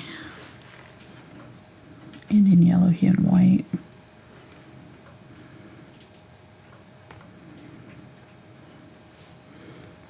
Right here, a little bit on the tip of the toe. These ones have it kind of in between the toes a little bit. A little bit on the tip of the toe as well.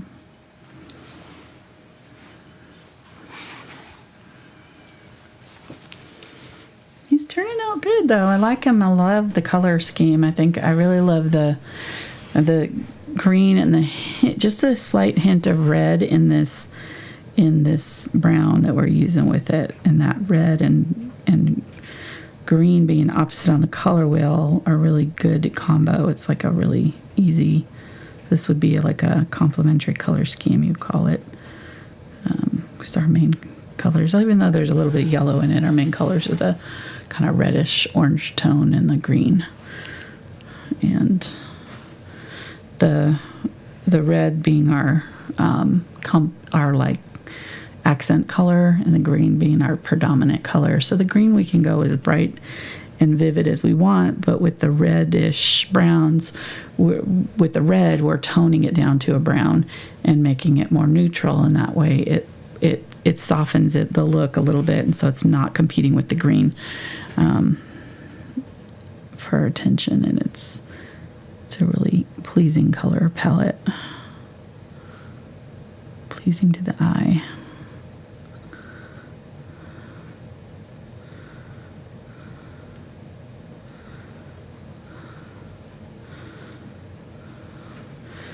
All right, I missed a little green right here in his face. Let's just go ahead and fill that in.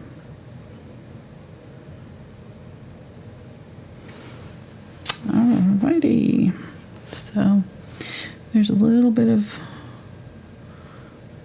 burnt orange right here on this knuckle that's coming up. Some darker webbing.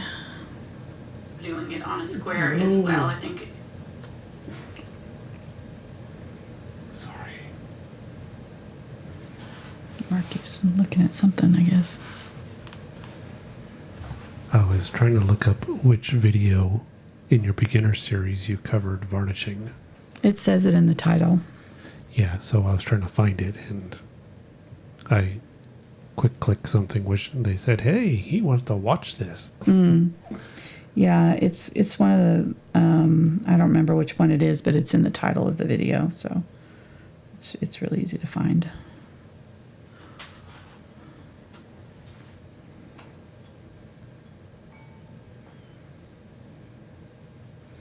Using a little bit of that magenta and reddish color there on the toes, and there's some kind of separation here between the toes, so just a little bit of that coming down, and then getting that Indian yellow hue. Woo, it got a little bit of green in it too, but that's all right.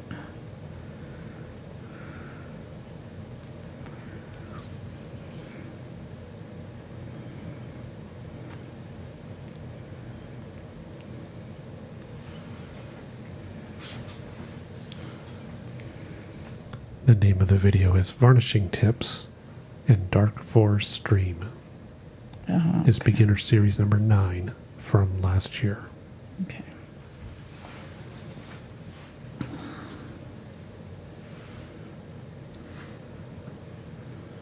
Yeah, I show how to varnish, and I show the products I use and stuff. Okay. Pretty happy with that. I need to let this dry a little bit, and we'll maybe make some changes to it, but for the most part I'm fairly happy. Let's go ahead and firm up the chin area here. I feel like it's a little bit weak. That line's a little bit weak, so I'm just going to get a little bit darker color and just kind of clean that edge up. Okay.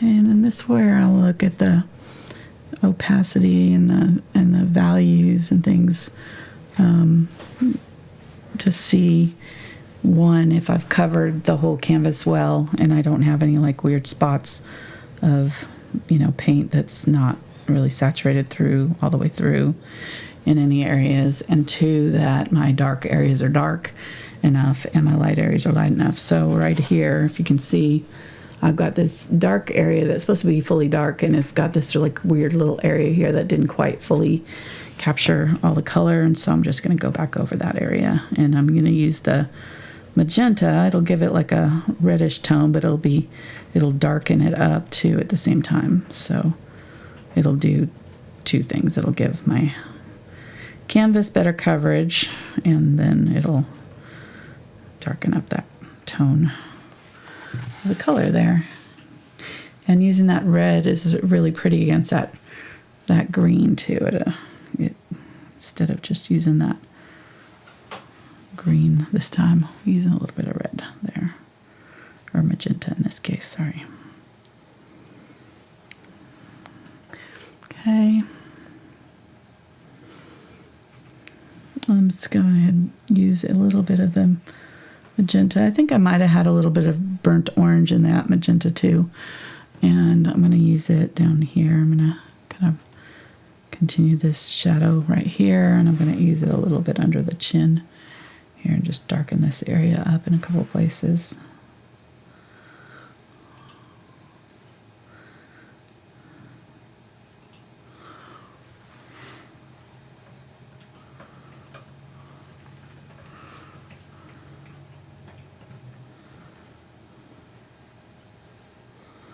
It'll also kind of just tone the whole thing under the chin here.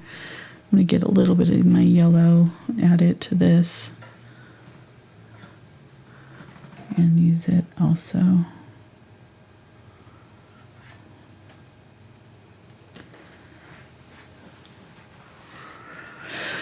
Very pretty. Okay.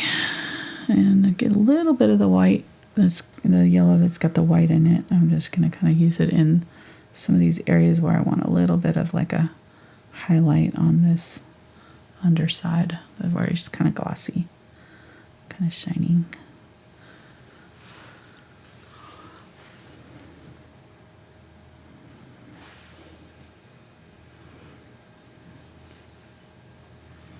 Get some of this light green here.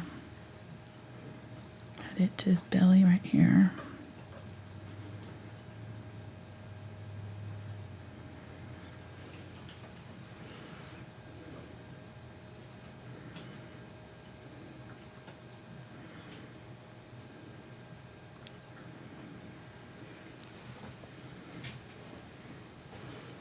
What you laughing at?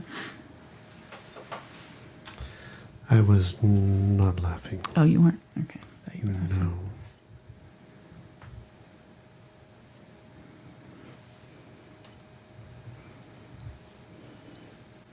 But I can. No, I thought you were laughing. No, it's probably just clearing my nose or something. Making some odd noises over here. Mm-hmm. Okay. Never mind. I did something weird.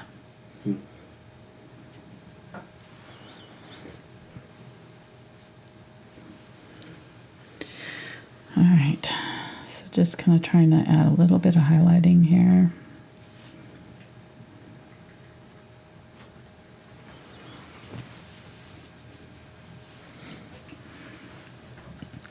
These toes are bizarre. Sorry, Froggy.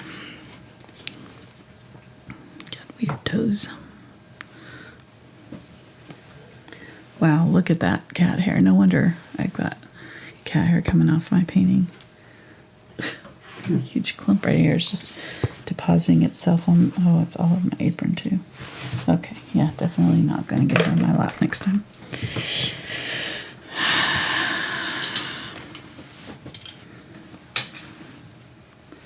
All right. I put the yellow out over here because it was just getting dirty over there. And if you need, you can add some fresh white too, because by this point your white tends to get a little bit dirty also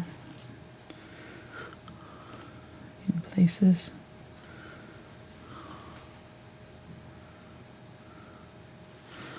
I just have a whole thing of cat hair.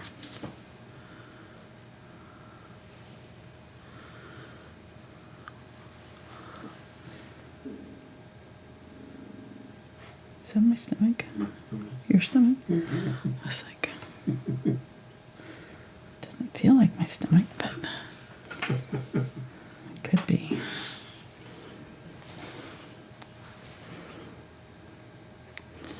Okay, adding a little bit of the blue to this light yellow. I'm going to use this on the top of the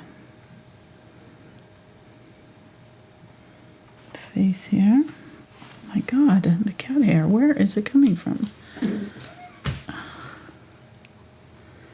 Seriously.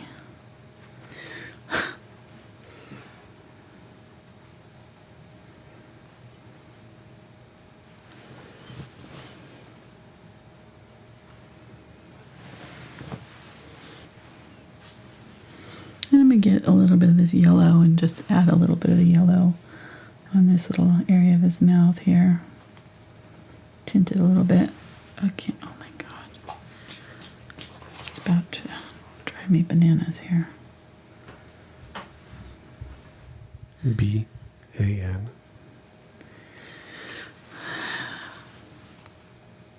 No? Okay. It's not funny. I'm regretting putting the cat on my lap now. I need a... Somebody suggested I but use one of those lint rollers all yes. over your painting and brushes and paint. Yeah. Yes, exactly. This whole area needs it. Cadmium's proud of herself. She's just like, yeah, You I want did. more? Want more? I did that. No. I think Mom's calling me. I think she wants more cat hair.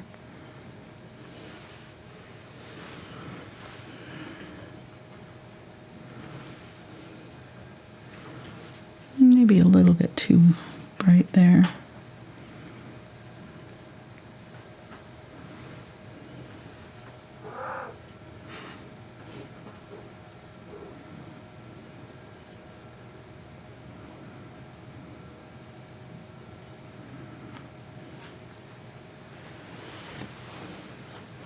Yeah. Just gonna take that whole thing off because I liked it better before I messed with it. To catch it while it's wet, you can just take it off. Sometimes it's easier than to mess with it. I'm gonna mix up some of the yellow and burnt orange. Use that under here. That kind of bright yellow, almost orangey yellow color. Not almost, it is yellowish orange.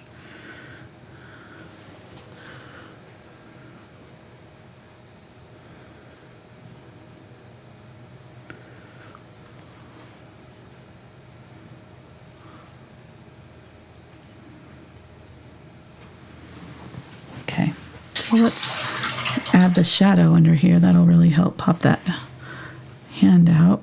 Gonna get the dark color from right here and that dark green, turquoise and burnt umber. Just gonna go underneath between these toes.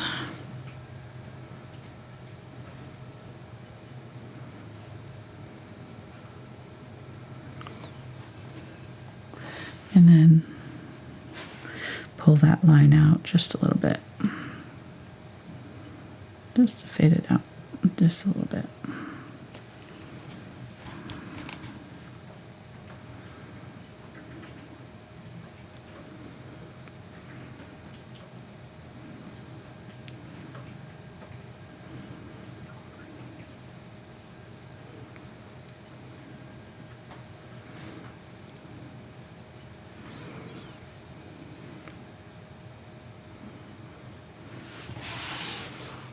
There we go. Now he's looking a little bit better. Let's do these paws. These, not paws, these feet. Toes.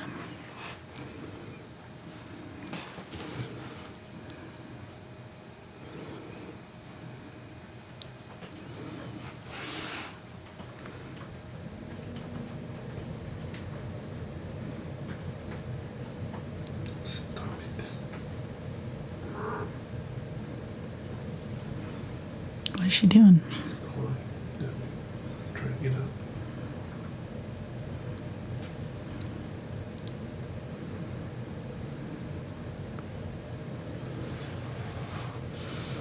And there's a little bit of a shadow right here, just a little bit. And then there's a drop shadow from that thumb right there.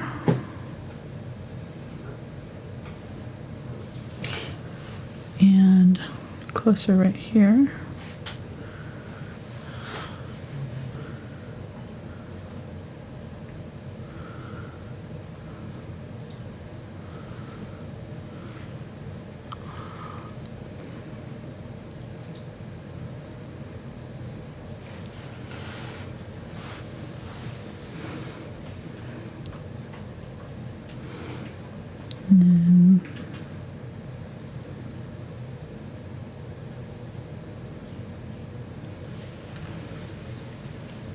we go.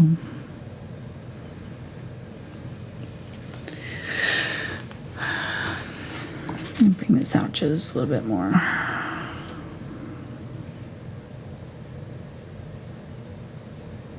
little bit farther down.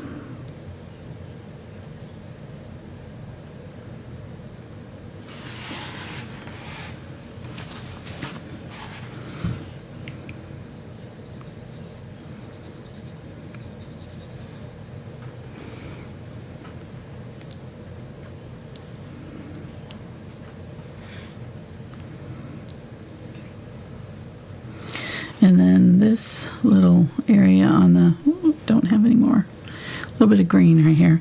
This little area on the log is got a little bit of a highlight right here, just where the light is hitting it. In between his body and the log hair or whatever it is he's resting on.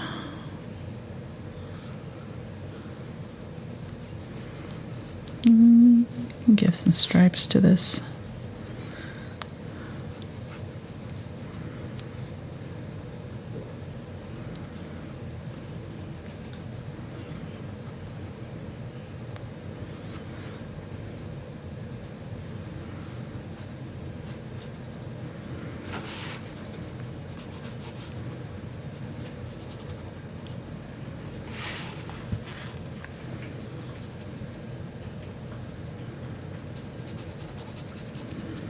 Just dry brushing a little bit of color right there and kind of adding it to the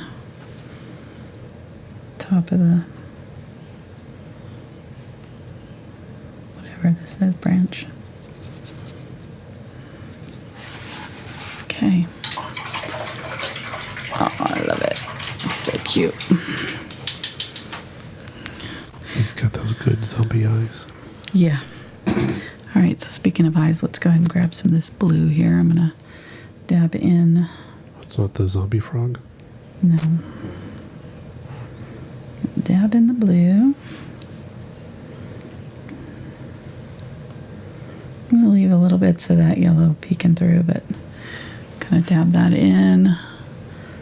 Dab it in here. This is kind of the darkish version of the color that's up in here, so you can add a little bit more if you need to up here where it blends in.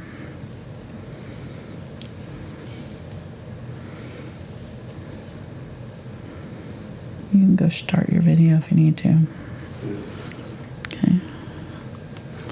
Oh, you know, I probably want to have, well, let's see, we can get it black. We can get it pretty close to black here.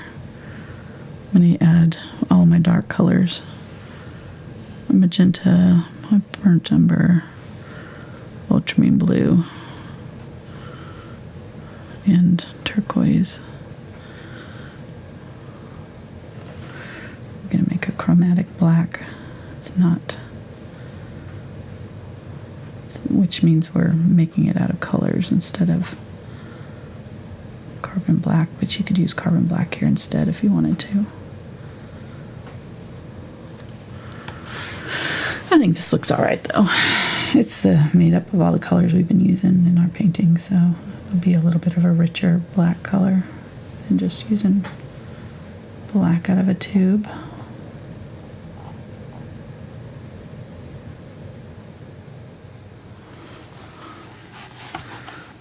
And it's still nice, plenty dark.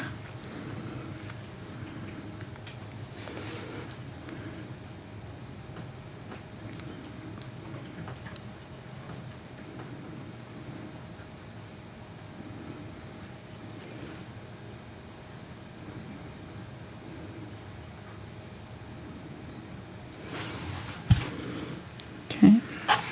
And then if you wanted to, you could use a little bit of this black to add to your shadow areas, you know, since it's in the eyes, it'd really, you know, bump up some of these shadows and things.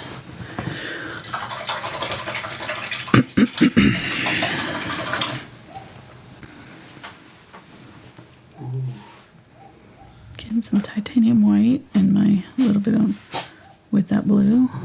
Oh, tell that dog.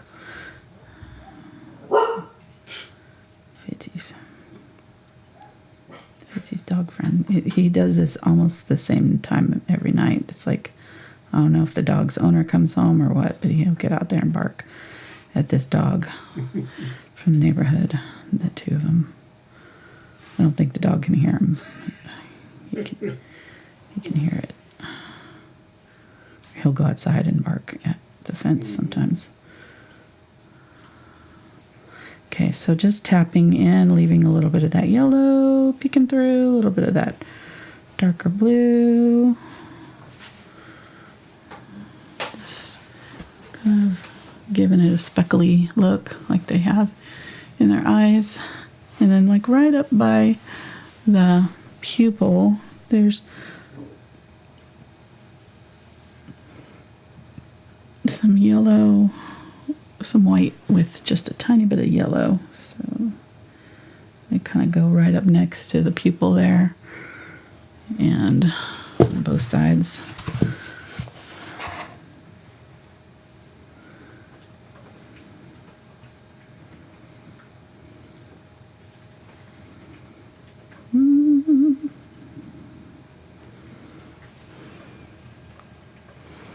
Probably need a smaller brush, but I'm being too lazy because I don't want to have to change it out.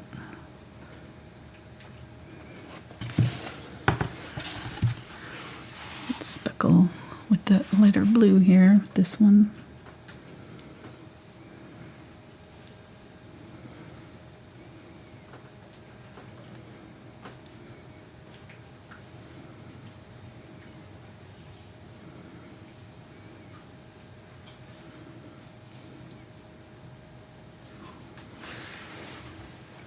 This is definitely a candidate for the laser eyes collection. Oh. Yeah. You could have the laser eyes, you think? I think Baby Penguin was the last one to have it. Cashmere. Did Cashmere come after? I think Cashmere came after the penguin, Baby Penguin. Baby Penguin was last. I think Cashmere. Okay, so there we go. And then we need to do, I'm still letting that black dry, but I'm going to get a little bit of it here on my clean brush with some water. You can see that it's almost kind of brown, blue, so I'm going to add a little bit of brown to it. Twist my brush to a nice point and then go kind of outline that eye.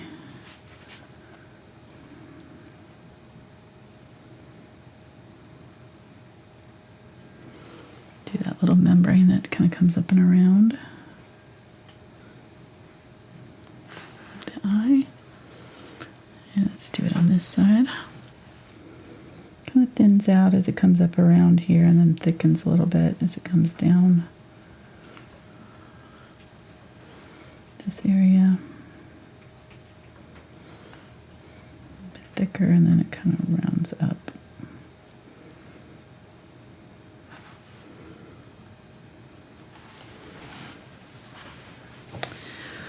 It's looking good. Okay, I'm going to get a little bit of the white and yellow. White and yellow and kind of go on the frog itself, kind of just underneath that eye, that black part, and sort of just blend it out a little bit, or just add a little bit of yellow around it, just kind of softens so it's not just a black line there. It's got a little bit of yellow, kind of softening the transition. A little bit of a yellow highlight right here on the face, right here too. And then we wanted to do some yellow dots on the body.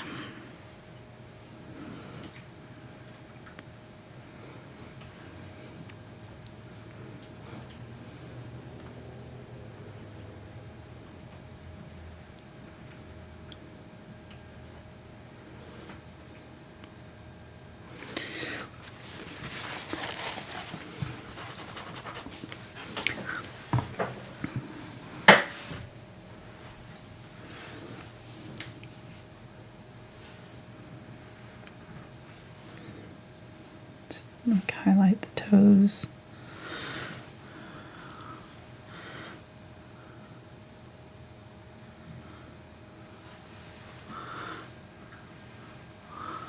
Little specklies along his body here.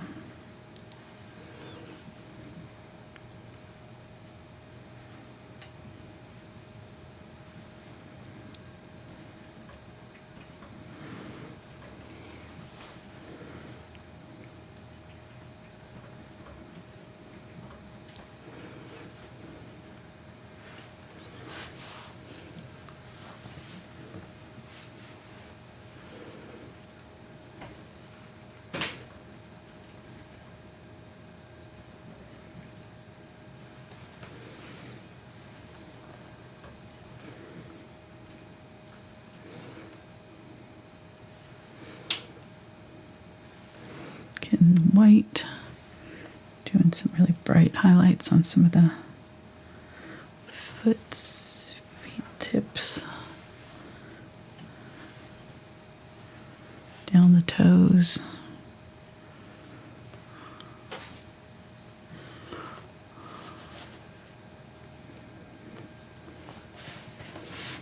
I think I'm off camera on some of these. I'm going fast all over. I'm really zoomed in. Probably on the back leg. Mm-hmm. I can't zoom out without going off table. So. What? I can't zoom out without going off table. Okay. There you go.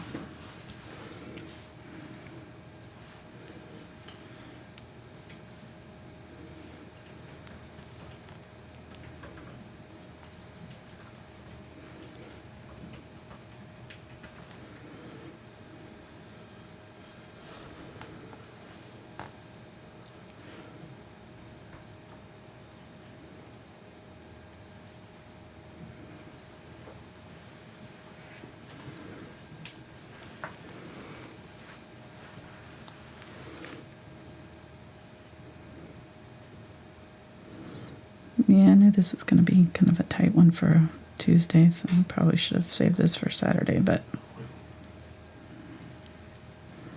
I'll survive somehow. You have to watch the replay. What?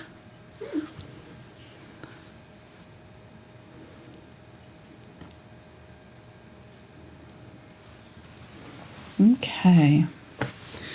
Looks pretty good. It looks kind of glassy.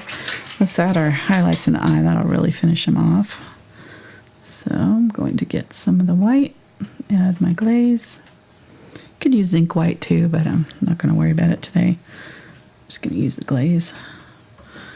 And take most of it off there. So once I kind of thin it out and get the glaze, I'm kind of dab it on my paper towel so I don't have a ton of it on my brush. I'm going to just dab it kind of along the top of the eye there. And there's a little bit of it kind of coming down this way too. And then go back in with the brighter white and dab in the middle of those highlighted areas with just a little bit of really concentrated white. And you can add a little bit more highlights, you know, if you want. Like on this one, I'm seeing almost like a little bit of blue, so I'm going to get a little bit of blue with my glaze and go in my eye and add a little bit of blue, like right there to kind of round it out, and then maybe on this one too, just a little bit of blue right there to kind of round it out. I don't want it so obvious that it takes away from the black. Let me try that again.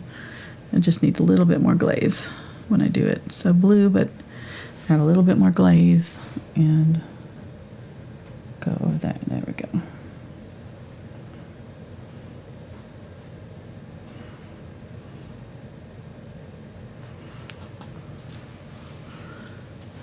don't know if you can see that. It just gives it kind of like a little bit of a translucency. I added it there to that one too. Maybe a little bit too much. Let me.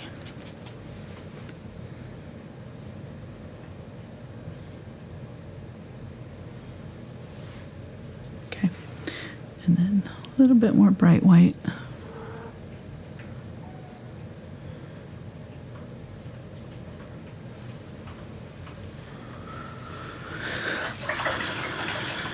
All right. I don't think I'm going to add the leaves on the bottom. I'm pretty happy with it as is, so I think I'm going to leave it. I don't want to cover anything up. If I do, I might. Let me see. Let me try it. We'll see.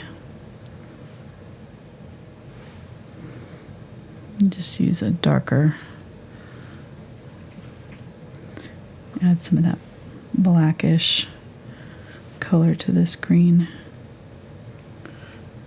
And just do a couple leaves up this way, maybe.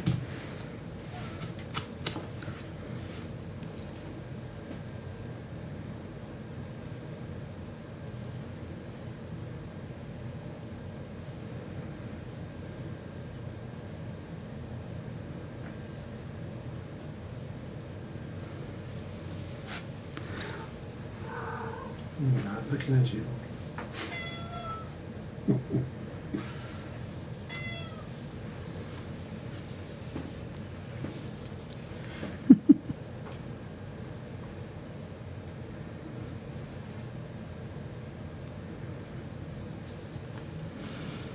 Yeah, I don't know. I don't know if I like the additional leaves or not. Kind of on the fence there, so you could take it or leave it, however you want to do it.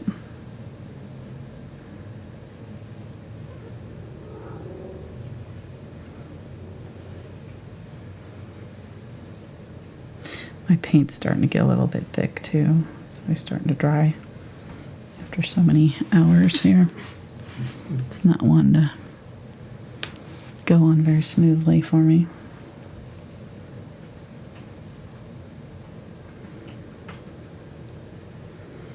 So we're just pretending that the stem for this one is down here. So only a little bit of it's peeking through here. I kind of like it. Mm-hmm. It kind of anchors it a little bit.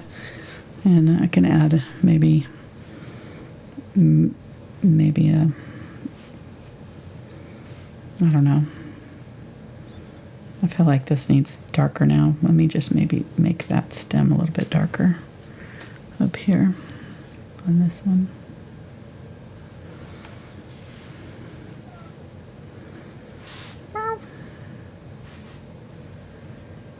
She's super needy tonight. She's like needing lots of attention. Very diva of her. You leave the door open so the dog can go in and out without scratching, and then the cat comes in and just meows at you. Steals the show. What a diva.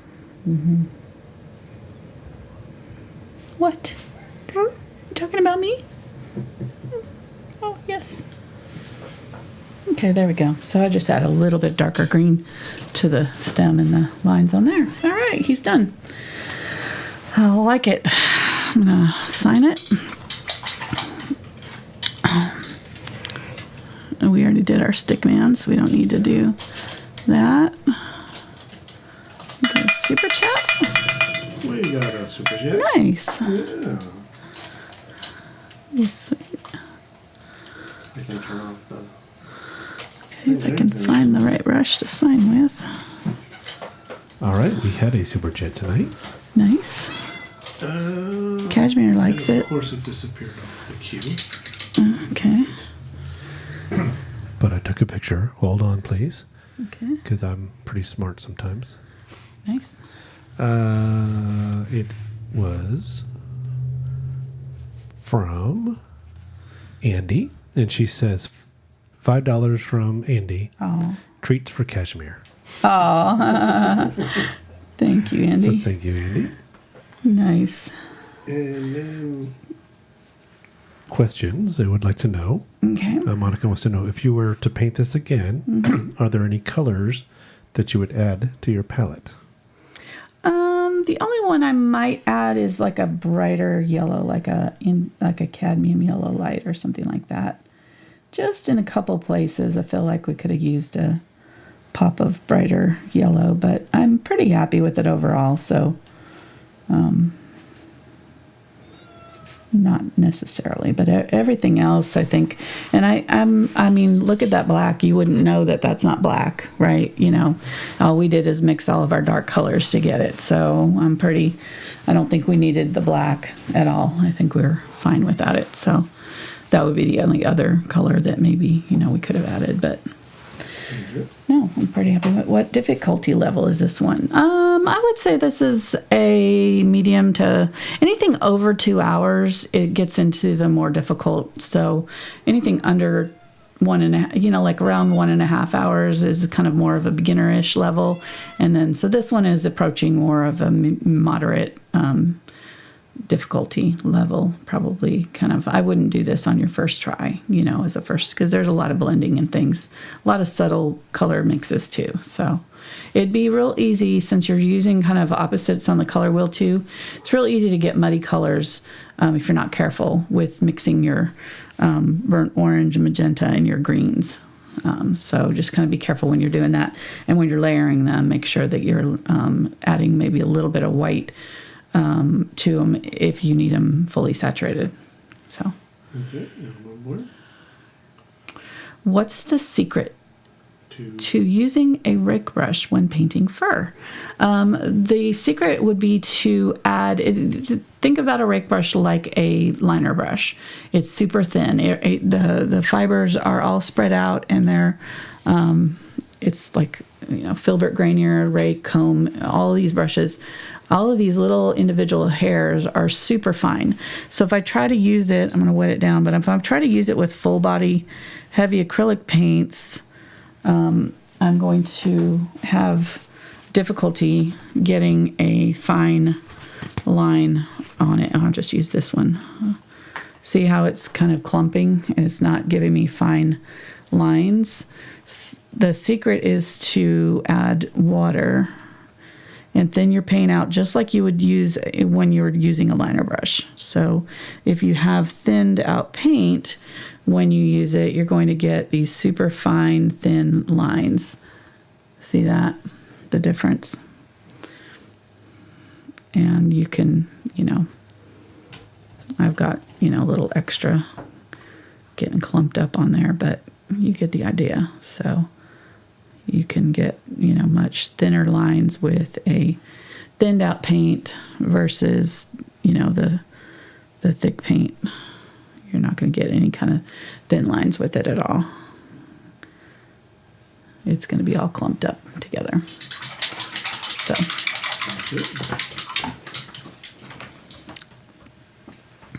That's it. Yeah, I think so. I mean, yeah. I could go into more detail there, but I think that was pretty much the main thing. And I've got lots of tutorials on animals, so you can watch one of those if you want to see it in action. All right, guys, thanks for watching tonight. Hope you have a great rest of your week. We're going to be back on Saturday with another video for you, and then we'll have our bonus video this weekend. So we're going to have two for this weekend. Yeah. So for our $5 level members and up, $5 and up. So if you're, you know, $10 member, you get access to, obviously. But I'm gonna add just a little bit of brighter yellow here. Thursday you have your challenge image with your $10 group. Yes. Then Saturday another free video here on YouTube. Yes. And then Sunday the bonus video for the $5 and $10 people. Yep.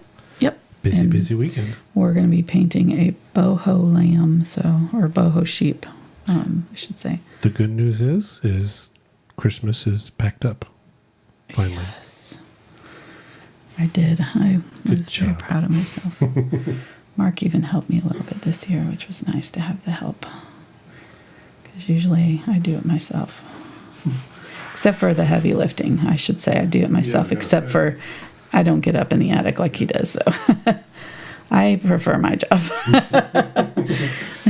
It's a breaking of tasks. It's teamwork. You don't climb up the stairs carrying the boxes. He doesn't load or the ladder, and I don't load them. Or decorate. I decorate some. Come on, a little bit, and then it gets redecorated after I decorate it. But okay. I'm trying to think of what you decorated this year, but okay. You name one thing that you decorated this year. Those ornaments I put up on the tree that you then move somewhere else? Yeah, so that. Okay. So that's why I don't decorate usually. Because, waste of time. Yeah, exactly. All right, there we go. Just added some brighter highlight tips there to kind of pull those out a little bit more. I liked it better. All right, there we go. That's it for real this time. We're done. Thanks for watching, guys. Have a great rest of your day. Bye.